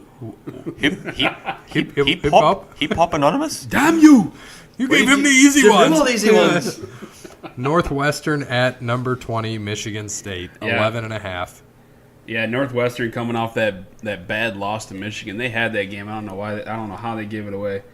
Michigan State. I said it last week. They were going to keep that game close. They did. They're going to keep it close again. They're going to win though. So Northwestern is going to win this game according to whatever. But Michigan State wins 23-20. I think this is finally the game Michigan State is going to show up and blow somebody out. Michigan State by 3 touchdowns here. I'm taking Michigan State until they get me one. So Michigan State. And last but not least, Shut up. Bowling Green is literally going to get just absolutely hammered. They will. You're right. They're probably going to get hammered drunk before the game. They're going to get their asses handed to And them. herpes and all that other good Bowling stuff they got down Green there. wasn't Bowling Green at one point the STD capital of the world? I I top believe so. five. Guaranteed. Top It five. was, yes. Jake is still here. He's sitting in a chair. Yes, he agrees. He lives in Bowling Green. Do you by chance have STDs? I do not. Yeah. Are you sure? I am very sure. Have you been tested? I have. Okay, good. Seen you itching over there, so I'm not I sure. kind of wondered. All right, Bowling Green at Toledo, 20. You have Bowling Green circled. Write it down, you lose. Bowling Green. Bowling Green. is going to pull the upset. They're going to pull the upset. Not so fast, my friend. They're going to pull the upset. 36-35. Oh, my God. I already wrote down Toledo for both of us, but we'll just both put a final score in there. Give me the Rockets 63-24. Yeah, I want the I want the Rockets 70-35. BG did give up 63 last week to Georgia Tech. And UT has won 8 straight in this rivalry. To pull even, they are 34-1 in this rivalry. Oh, they're about to go up 35-34-1. Yeah. We'll see. Go Rockets. All right. So we're going to switch Roll over. on. Oh, God. We're going to switch over to the NFL here in a minute. But I am being passed some notes. I don't know what the hell this is. Evan Brown, Bowling Green defensive back. What about him? Anthony Wayne. Oh, from Anthony Wayne. I was like, yeah, what about him? Went to Anthony Wayne, our alma mater, which, by the way, our alma mater is 6-0. Thank you, Anthony Wayne. They have a home game this week. It is homecoming week, I believe. They've got Perrysburg at home. And then they go to Northview, Napoleon, and then home for Springfield. They're going to blow the doors off Perrysburg this week. I hope so. And what I'm looking for, I don't want to look ahead because I'm thinking if I was betting we're going to be 9-0 going into Game 10. And I think we covered this in a previous episode. I told you about that in BCSN when they did all the coverage of the schools, and Springfield kept talking about Anthony Wayne, and Brungard, the coach for Anthony Wayne, said, oh, that's cool, that's great, but I'm looking forward to Game 1. So I hope when we get there, I hope Anthony Wayne is 9-0, and they just blow the shit out of Springfield. And I plan on, I want to go to that game. I You might guys want to go to that game? Yeah, I'd love to go to that game. Yeah, I might go to that game. Maybe, here, wait a minute. Maybe that's the day we go to Angelo's. No, because I can't get off work that early. Oh, yeah, that would be I can pretty make it for early. the Yeah, game. and I can be here by like 6. That'd be Where's perfect. Angelo's? Okay. Angelo's in Monroe. It's up, So let, Yeah, so- no, it's not. No, it's not. It's up by me. oh, is it up by you? Yeah, it's up. It's up. It's not in Monroe? No, it's right across the line off North Dixie or South Dixie, whatever it is. Okay. So we can, maybe that'll be It's the, literally like 7 minutes from my maybe house. that'll be the Saturday celebration after. We'll Yeah. see. Something like that. We can do that. And then Maybe. I do want to go to some of the playoff games if they're going to make the playoffs. We know that. They are, and I definitely will go. I mean, obviously the first one will be local, and then we'll see where they go after that. But yeah, no, for the Springfield game, I'll be here for that. Yeah. All right. Let's do it. We got plans for that. Jake, you going? Yeah. All right. Sounds good. Thanks, Jake. Do you want to be the new stat guy? Yeah, I'll be stat guy. All right. He's getting fired, so it's okay. I like it. All right. And so going into the NFL, I do have a few things. I want to go into that. But sorry, my train of thought here, because I was just thinking about Evan Brown again. Isn't he playing baseball at Bowling Green? No, he quit baseball. He quit baseball. That's what I was wondering. I thought he went on a baseball scholarship. Quit baseball, transferred to football. So is he starting? I do not know. Okay. So Brandon, you'll be watching the game. I'll be. I don't know where I'll be. I think I'll be doing a show. I think I'm gonna have to call in for wrestling this weekend because I don't. Yeah. Do we have a show Saturday? Yeah, we do have a show Saturday. So I might just call in. So can you let us know what happens with Bowling Green in Toledo? Yeah, I will. I was thinking about going to this game, but I'm not sure right now if I will. But I can get you What time do tickets. they play? 3:30. Yeah, Ohio State plays at 4, so I ain't gonna work. Yeah, that's not Yeah, gonna work. then Notre Dame plays at 8, so that's why I would go. I got 2 TVs though, so it's okay. I'll have both on. All right. So NFL. I don't know if you guys saw this. Michael Kendricks did get suspended I indefinitely. don't know how he didn't earlier. Yeah, for insider trading. So he's suspended. And real quick, before we go into the picks and what we did and how we did, because I am so pissed off about this, and I'm not even a Browns fan, let's talk about that Oakland screw job.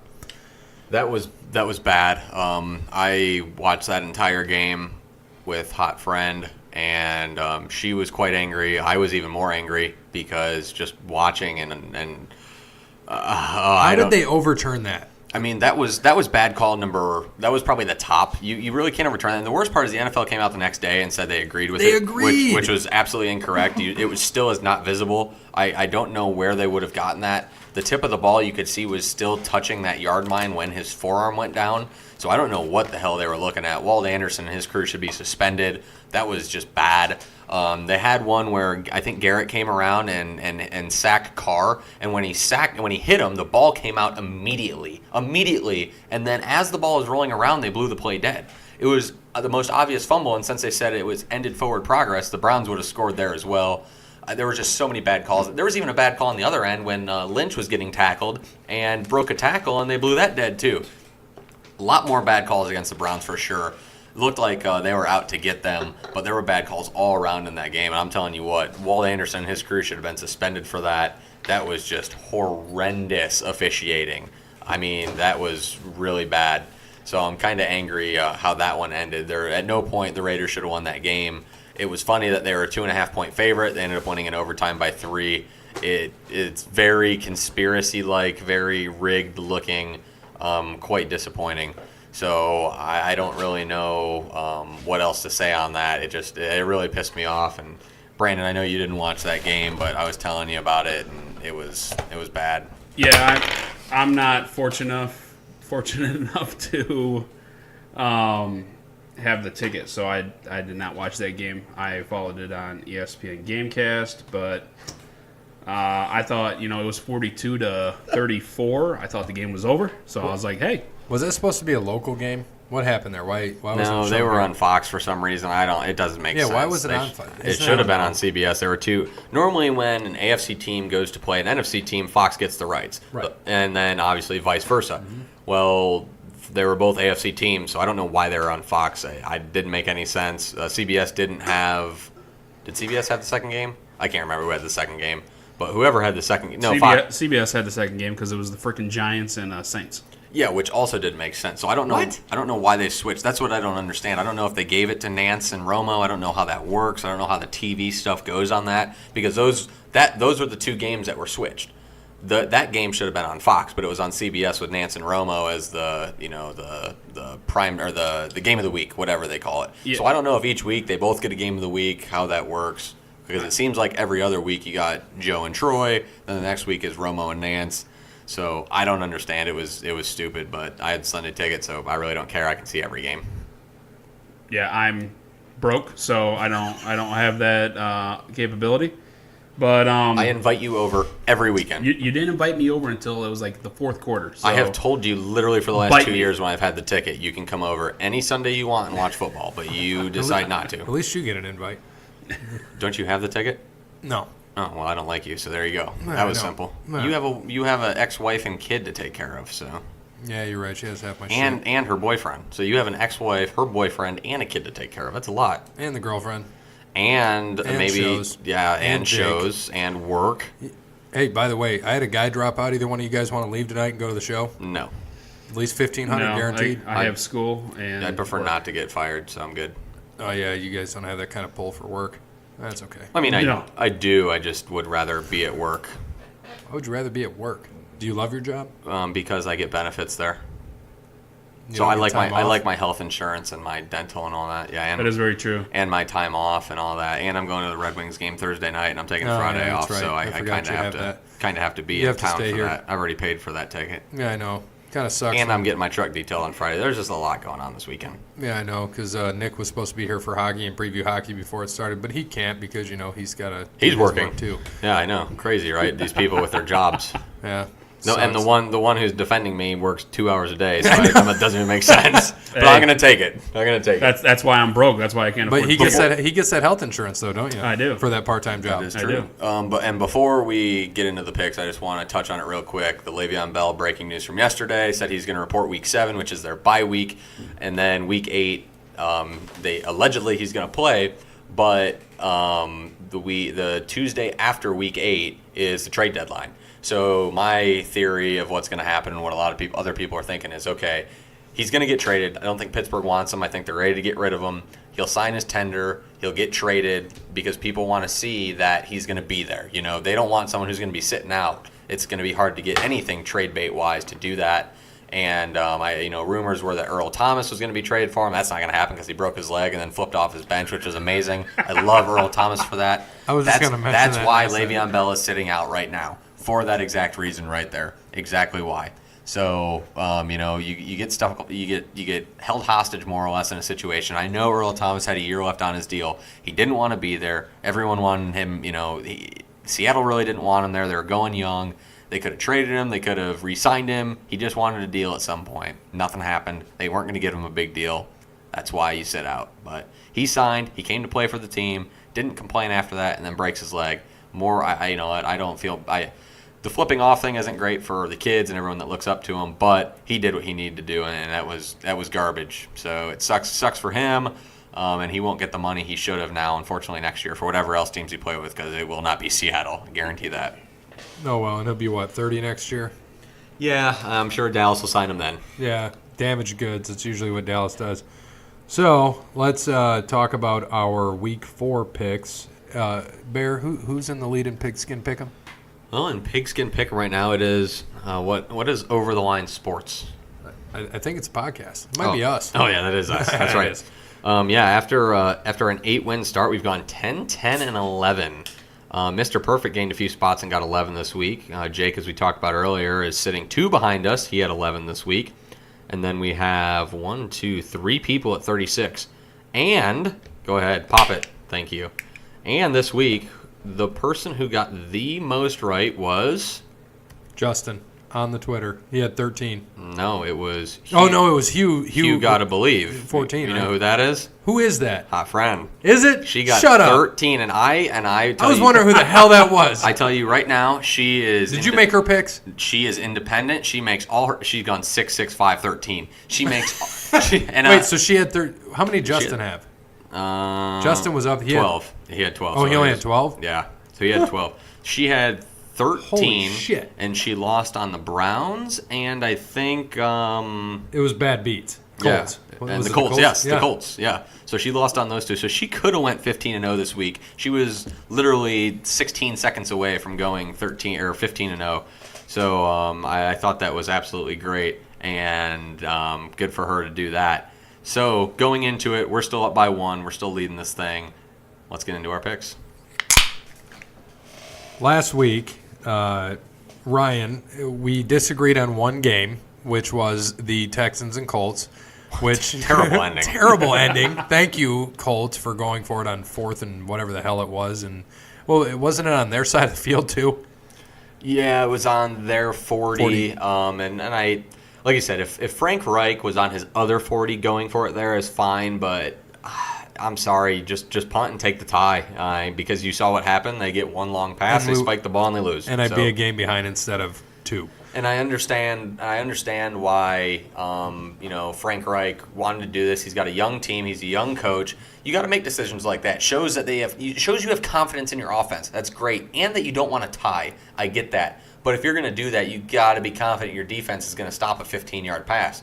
Houston had no timeouts. They got Hopkins right down the middle of the field immediately with 26 seconds. Had plenty of time to go spike the ball and kick a field goal, which they did and won the game. Yeah, a few bad beats this weekend, but that one was definitely the worst. Colts should have tied that game at the least.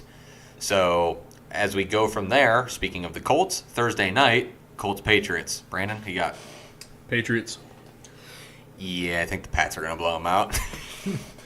Patriots. By the way, Chicago and Tampa Bay are on the byes this week.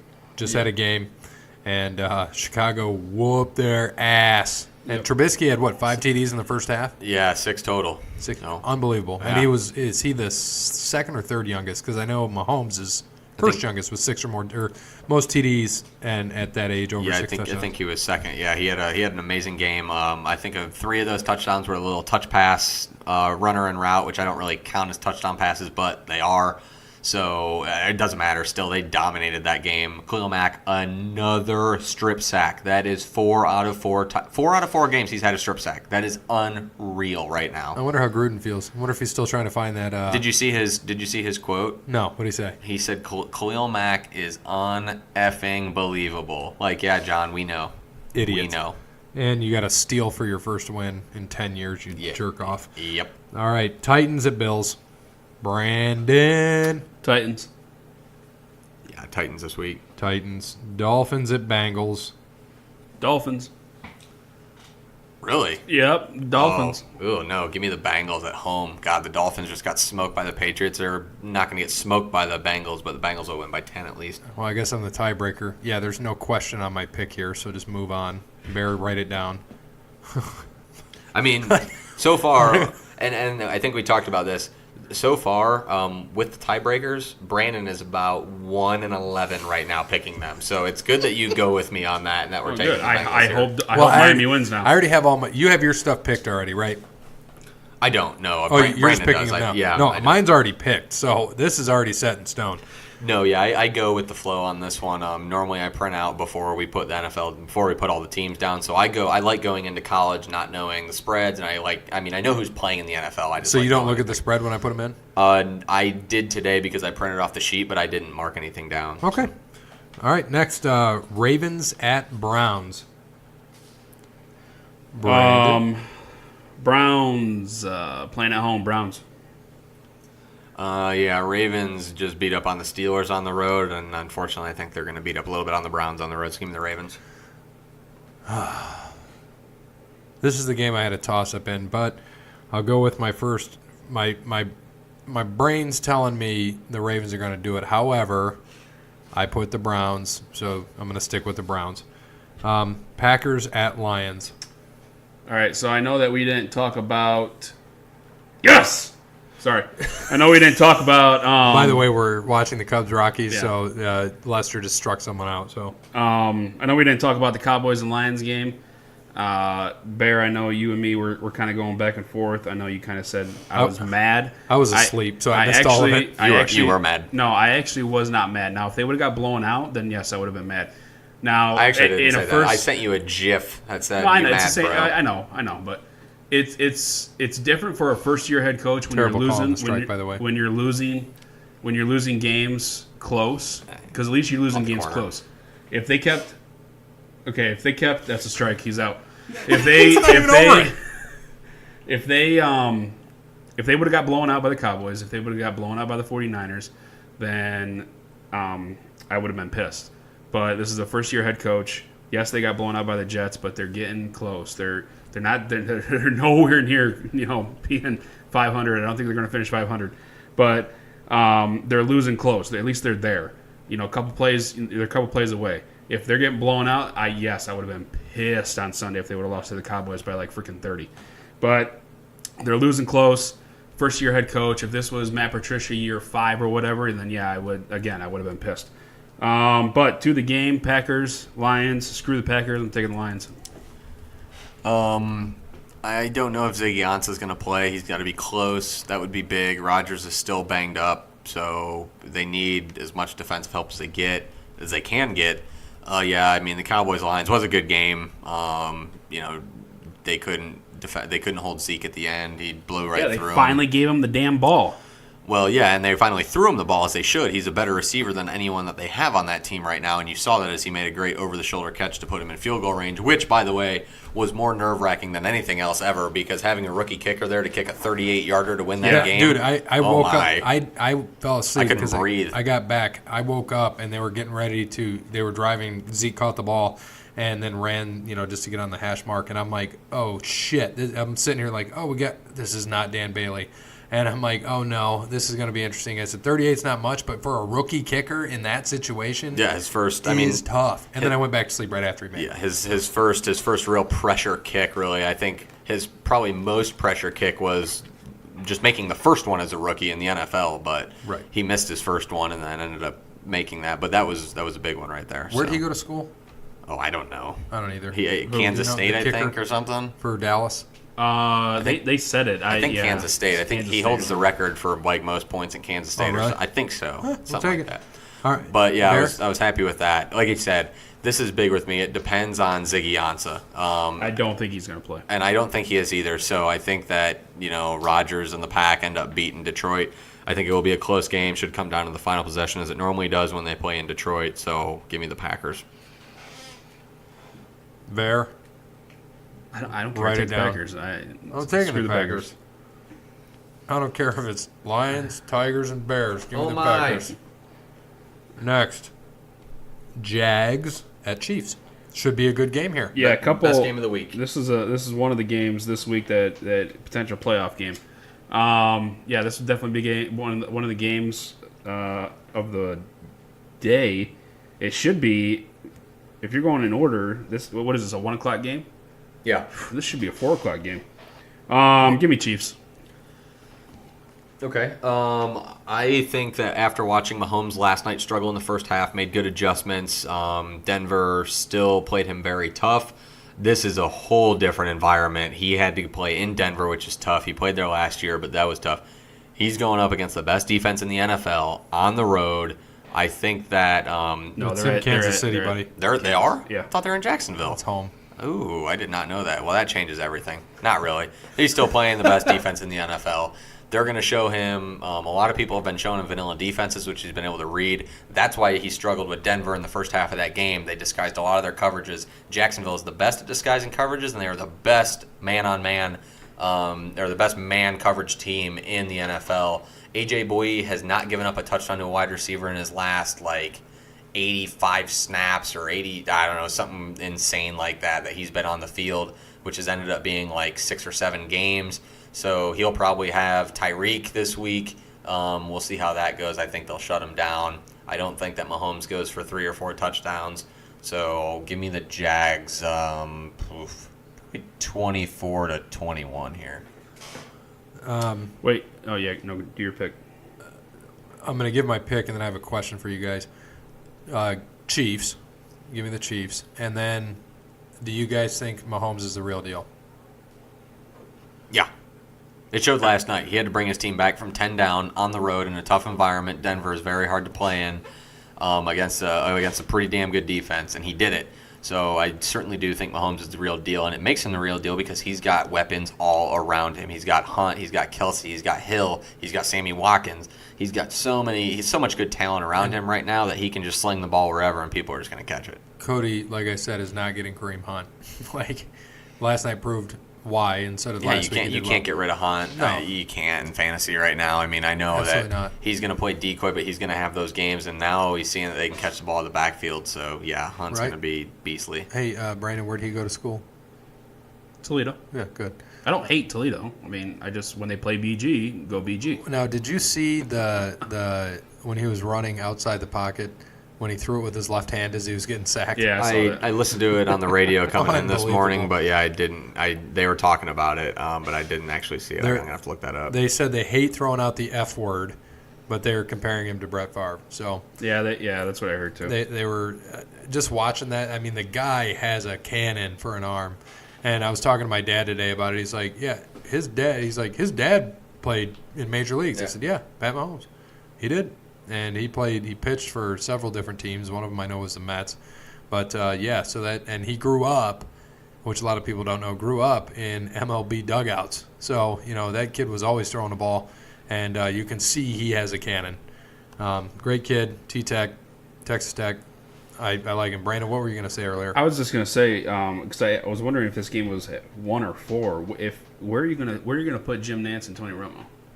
That'll be at that game. That game. They have to be and usually they're the 4 o'clock game. That's why I brought this up. Well, CBS, the only 4 o'clock CBS game is a 4 o'clock, and it's the Raiders and Chargers, so they will be at that game. Raiders, Like I Chargers. said, every other week Fox has the game of the week, so the game of the week with Joe and Troy this week is going to be Philadelphia and Minnesota at 4 o'clock. So that's going to be your primetime game. I hate how they do that. I mean, yeah, but all right, All right, next game, Broncos at Jets. Broncos. I hate when Denver goes to the East Coast, especially on a short week, man. These are trap games if you've ever seen them. I think the Broncos are going to pull it out, but I would not be surprised if the Jets beat them. I'm going to be a sissy, though, and take the Broncos. Yeah, I got the Broncos. Falcons at Steelers.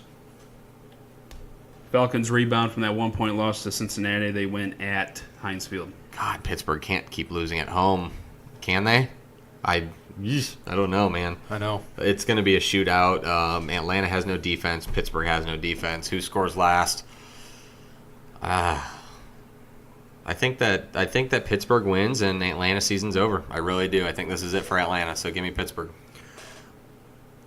Chalk me down, Bear. We're going to agree on this one, too. So I think we have several disagreements. I know you and I went together 3 times. Brandon, you and I went together once. And then did you guys agree on anything yet where I didn't agree? I don't think so. No, we never do. The only one we agreed on was New England. So Who, you and I? no, we all agreed on. Oh, New yeah. England. And the Titans. Yeah, and Yeah. the Titans. Wow, that's crazy. So 1, 2, 3, 4, 5. So that's 6 games we disagreed on.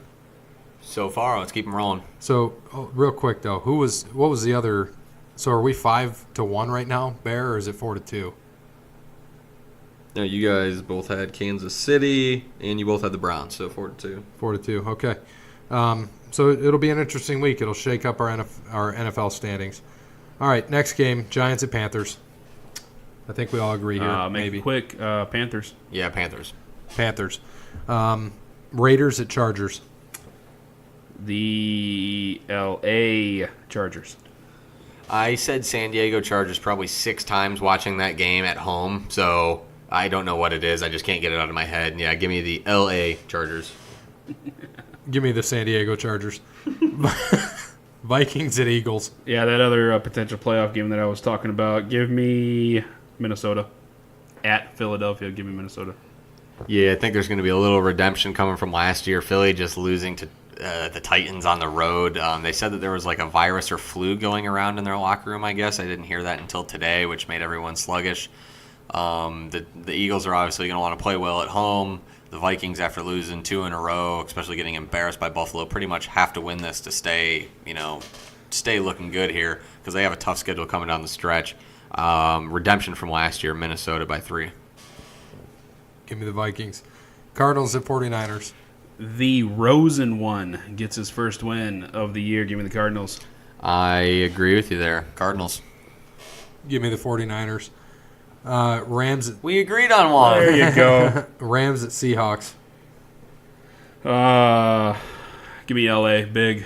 Yeah, Seahawks just lost their best defensive player coming up against the best offense in the NFL. Yeah, sorry about that. Rams as well. Greatest show on turf, point 2 right there. 2.0. turf. Idiot. Stupid idiot. Sunday night football. Cowboys at Texans. Brandon. I was going back and forth with this, but I'm sorry. I'm taking the Texans at home. Yep, so am I. Dallas has lost 2 on the road, won 2 at home. They're back on the road, even though it's not that far of a road game. They are not going to be able to stop Deshaun Watson and DeAndre Hopkins. Their secondary is really bad. They do get David Irving back this week, but you got to get to the quarterback. The linebackers and defensive line are going to be huge in this game if they can pressure Watson and make him throw into bad decisions. But Hopkins is just too good for that secondary right now, and same thing with Fuller. If his hamstring's ever healthy, which I'm sure it won't be, it's going to be a big play offense here. And Houston at home on night games for some reason shows up. Their defense has been really bad lately, but they're too talented to be this bad. I think that they're gonna shut down Zeke and make Dak pass, and I don't think that that's gonna be good for the Cowboys. So I unfortunately am gonna be taking Houston, but I will be more than happy to be wrong. And I'm going to take Dallas. They have played bad, good. So they're en route to play bad. And like Bear said, they're on the road. So they should play bad here. However, I was happy to see what Van Der Esch did in place of Sean Lee last week. Looked pretty good. Zeke, finally, they're using him, out of the backfield, throwing the ball to him. Hopefully he comes out, keeps it up. And I don't think it's going to be a blowout. Give me Dallas close, maybe like this past week what they did with the Lions. I don't think Dallas is going to blow anybody out this year if they do. I agree. And if our picks go this way, which I hope they do, and we got this last game coming up, but If my picks go through, Dallas would be on top of the division, maybe just for this week. So hopefully, Cowboys. Last game, Monday Night Football, Redskins at Saints. Saints. Yeah, give me the Saints. Breeze needs 210 passing yards, I think, to break Manning's all-time passing yard record, which will happen this week against the Redskins.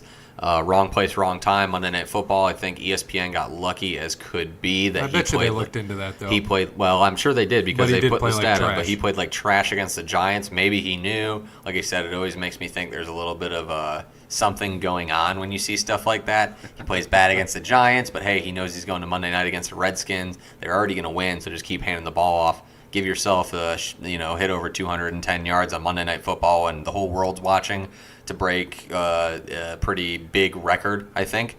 Now, granted, that record was held for what? When Favre retired? 08 or something to like 15 or whenever Manning broke it. I feel like he played into like 2010 or 11, didn't he? I don't know. Brett. From him, 2011 he retired. Yeah. yeah, and then I think Manning broke it in 15. After the but- season, 2011. Yeah. But Warren Moon held it for a while, I'm pretty sure, before Favre broke it. So Breeze is probably going to hold this until Mahomes breaks it here in 15 years. I'm calling that right now.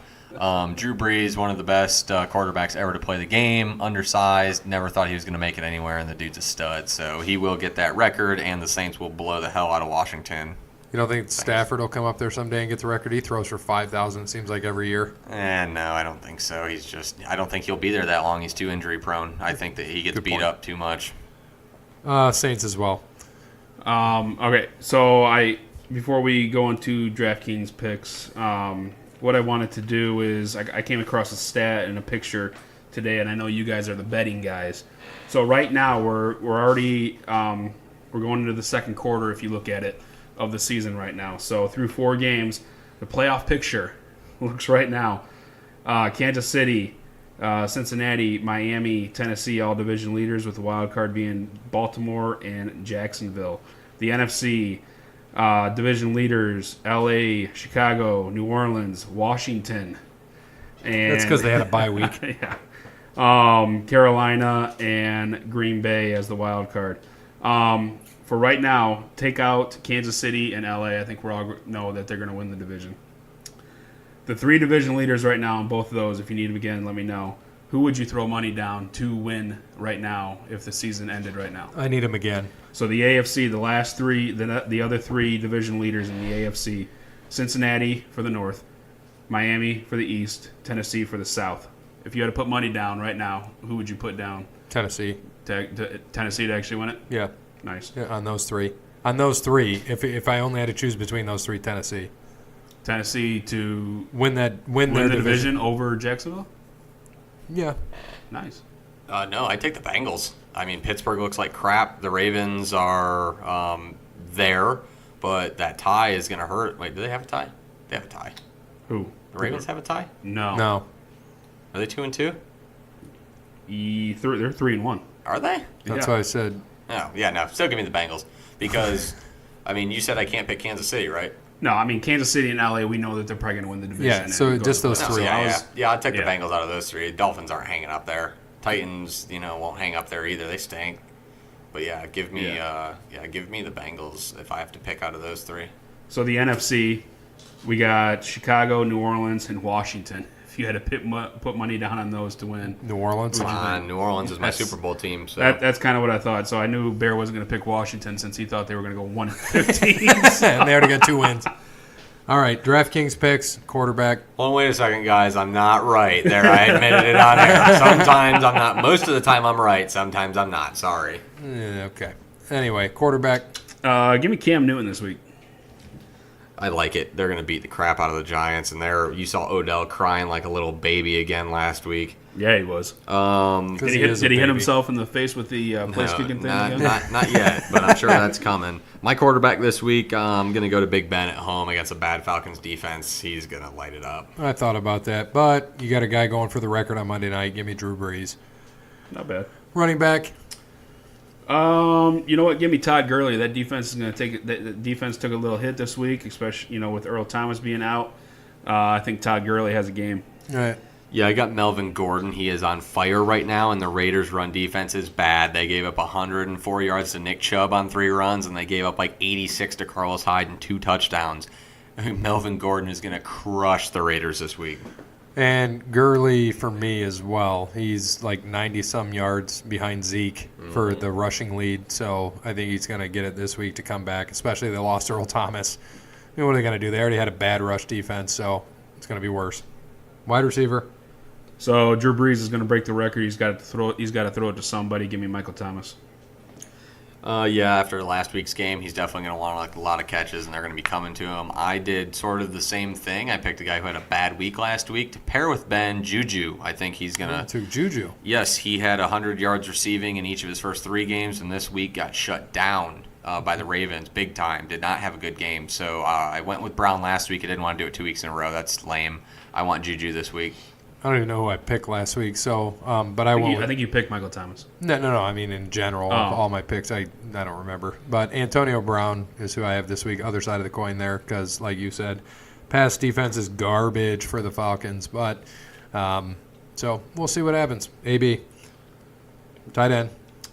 I kind of went. I struggled with this one, but you know what? I know Booger McFarland called Travis Kelce the best tight end in the league over Gronk. You know what? Give me Gronk this week. Yeah, his injury, whatever. I went off the radar this week. I just watched Vance McDonald beat up the Ravens a little bit, and if they do have an issue, it is their linebackers. Give me David Njoku this week. Okay, I didn't want to take Gronk who I had before, Kelsey before. Give me Jordan Reed Yeah. against the Saints Monday night. All right, Bad and pass defense. Defense, Brandon. Come on, get your defense in.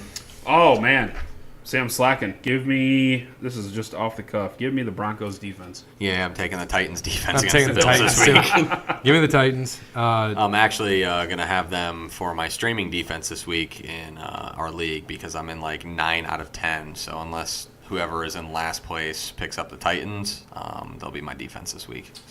So what place are you in? 9th, yeah. Oh, shit. Well, I should show you my stuff. I have the Titans, who I was going to pick up this week, so I guess I better put somebody else in since you're going to get them. You might want another defense because unfortunately I'm down there. Well, thank you for letting me know so that I can put in a different defense. Yeah. All right. Last topic for the day. Top 3 records that will never be broken. Brandon? Number 3, Brandon. Beat up. Do we want to give honorable mentions or Whatever you want. I don't care. Yeah, okay. I'm going to because I wrote them down, so I didn't write them down for nothing. Joe DiMaggio, 56 game hitting Like, streak. you better get it right. Honorable mention? Huh? That's an honorable mention. You're freaking crazy. Yes. We all that's- better have the same number 1. I don't have that in there, but there's just other ones that I feel Well, that there's are... there's so many. Trust me, there's so many, and I only broke down 5. Especially with it being a pitcher's league now, Yeah. nobody's touching that. And the number 4, I got Nolan Ryan. No one's going to hit 5,000 strikeouts. I'm sorry, it's not going to happen. It's doable, though. The Kershaw, Scherzer, these guys certainly can do it. Yeah. DiMaggio definitely would be there, and he should be number 1, but I'm not. So what's your number 3? Oh, number 3. Emmitt Smith, 18,000 yards. League's transitioning to a passing league. Sorry, What? that's my number 3. That'll get beat before the 56 game hitting streak gets beat. It probably. I mean, Oh, yeah. definitely. I'm kind of surprised. But yeah, Go ahead. no, I was just gonna say the game's transitioning. We can see it in the play that calling. wasn't even my top 10. We can see it in the play calling. You know, these roughing the passes. They want all these quarterbacks to play. You know, I'll give you that with the way it's going as a passing league, but that record will get broken eventually. and nobody die. Nobody runs a one running back system anymore. Name me a team that runs a one running back. Dallas, Dallas. Well, yeah, they do Angeles now Rams, since they the got Rams. since they got San rid Diego of Chargers. Get rid of who? since Darren McFadden. Didn't they were giving him the He ball was last there week. for Zeke. Darren McFadden doesn't even play in the league. I know that's He I was said. there. Rod Smith. He was there to back up Zeke. So was Zeke Rod is- Smith. Okay, I'm sorry. Majority of the teams do not run a You one just said- quarterback, you said- a running you back said system. They Name all you run a one team. quarterback systems. Okay, I'm sorry. You said Majority. name you a team. Okay, and I was wrong. Well, let's Majority. go. Here we go. Majority. I can give you 2 in the NFC East. Saquon, Giants, 1. No. Zeke, 2. Todd Gurley could be another one. Le'Veon, when he's playing, would be another one. Definitely one. Yeah. There's more than you think. It's not going to happen though. Okay, well, regardless, that was a terrible number 3. My number 3 No, is I'm sorry. my number 3. Excuse me, it's my turn to speak. Is Byron Nelson winning 11 PGA terrible. Tour events in a It's row? terrible pick. Can't Brandon- believe 11 in a row? Are you Can't not? believe- That was my honorable mention. it. by Oh the my way. gosh, what a terrible pick. Brandon's mad again because No, we made I fun just of him, I so. can't believe that. People- I didn't even people- make my top 10. People can't even win 3 in a row, Brandon. Call Come it on. earthquake. You'll be okay. It's a joke, even though that was a terrible pick, but it was a joke. 11 in a row is going to be tough. 11 in a row is about impossible. Did it in 1945. The only person who's come closest is, of course, Tiger Woods. He's won 7 straight. Went from the Open Championship in July all the way to the Buick Invitational January of 07.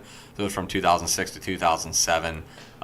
That is something that will never be broken, especially with all the golfers there are out there now. There's just too many good golfers for anyone to ever win 11 straight, let alone maybe even 5 straight. So. I agree. 3, you mentioned it already, Brandon. Emmett Smith. No.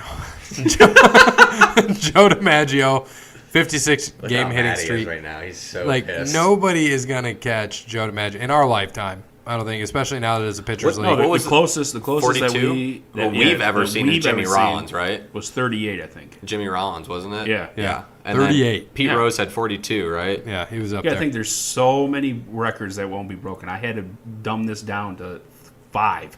So I mean, there's well, so Emmett Smith many. will be broken. There's so many. All right. Number 2, Brandon.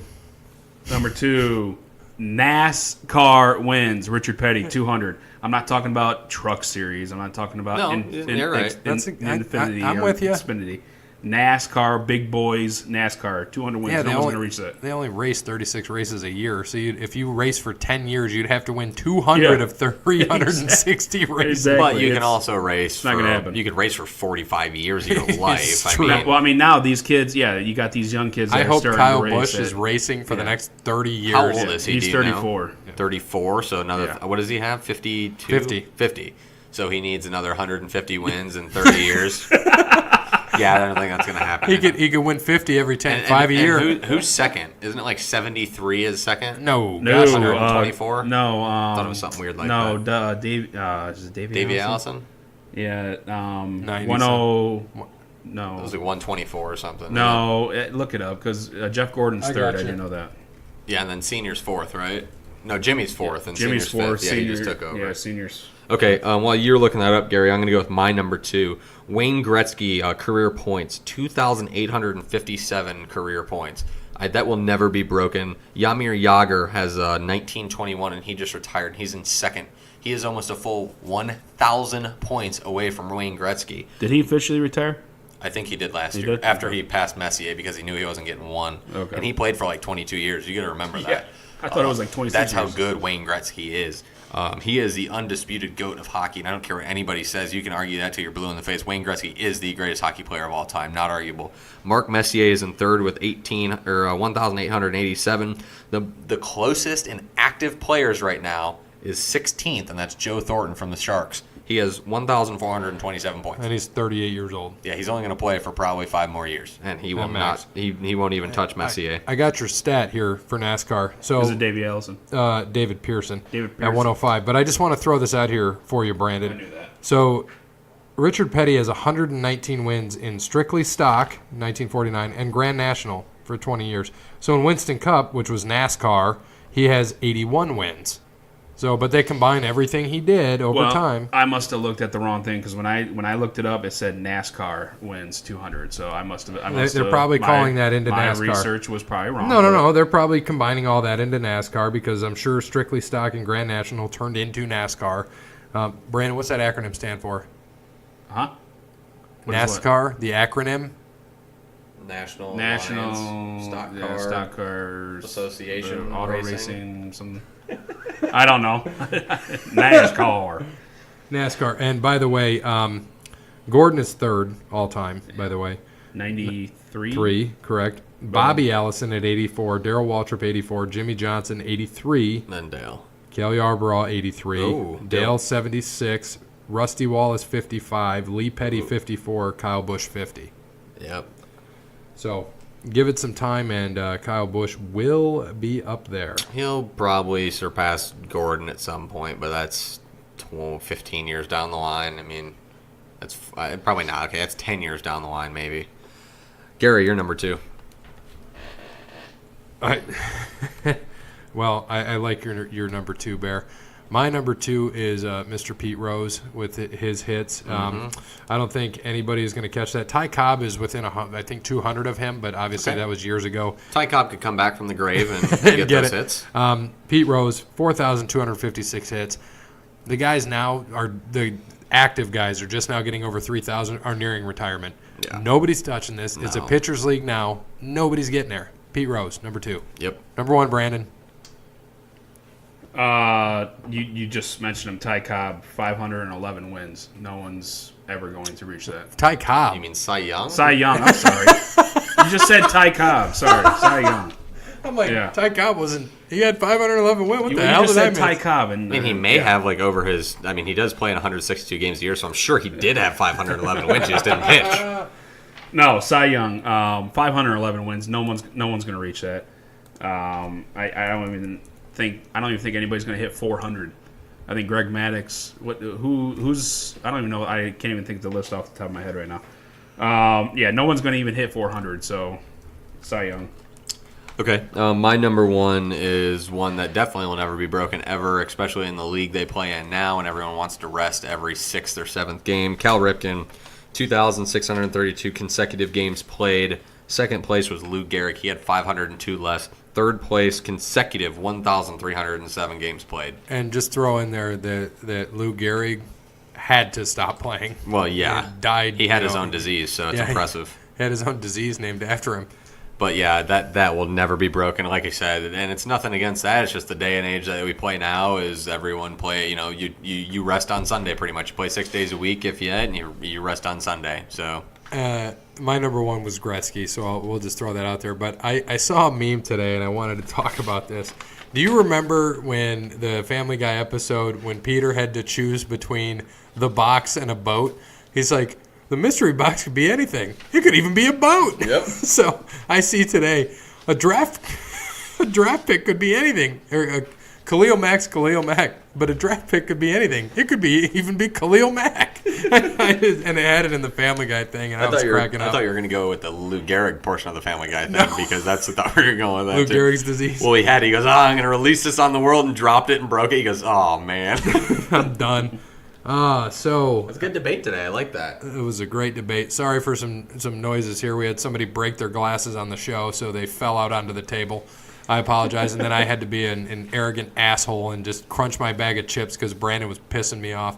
But that's okay. I'm sorry, Brandon. I will apologize to you. Makes for good potting. Yes, I will apologize to you. Bear gave me a look, and I felt pretty bad. I'm like, wait a minute, why do I feel bad for Bear? This guy sits here and opens his shit when Brandon's talking and crunches stuff and food. Not normally. Not normally. Sometimes. And so I had to do that today, too. But, yeah, great debate. I love Rocket Ishmael, number 2 pick of the flag football draft. Speed. Speed kills. Yeah, I think that's what you're on right now. Yeah, I think Making so, that too. pick. Jeez. No. So, again, thank you to Wes Anderson for Moments in Time. Thank you to Crandall's Quality Lawn Care, 419-704-5471. All Wear Clothing, allwearclothing.com, and Verizon, of course, as a business partner. Check them out on their website for all your business solutions. Thanks again to all of them. Check us out on Facebook, Over the Line Sports Podcast, and on Twitter at OTL Sports Pod. Also, make sure you get in your Pigskin PickEm picks to try to catch us, the fearsome threesome. No? No. Okay, maybe we'll get another one. Next time? How about the Menage a Trois? That probably won't work either. Salsa. The threesome? Eh, The fearsome threesome? No. I like fearsome threesome. We'll go with that. So we'll switch it up next week. I'll think of something else. I like it. As always, good morning, good afternoon, good evening, good night. I like the fearsome threesome. I mean, come on. He's a rocket.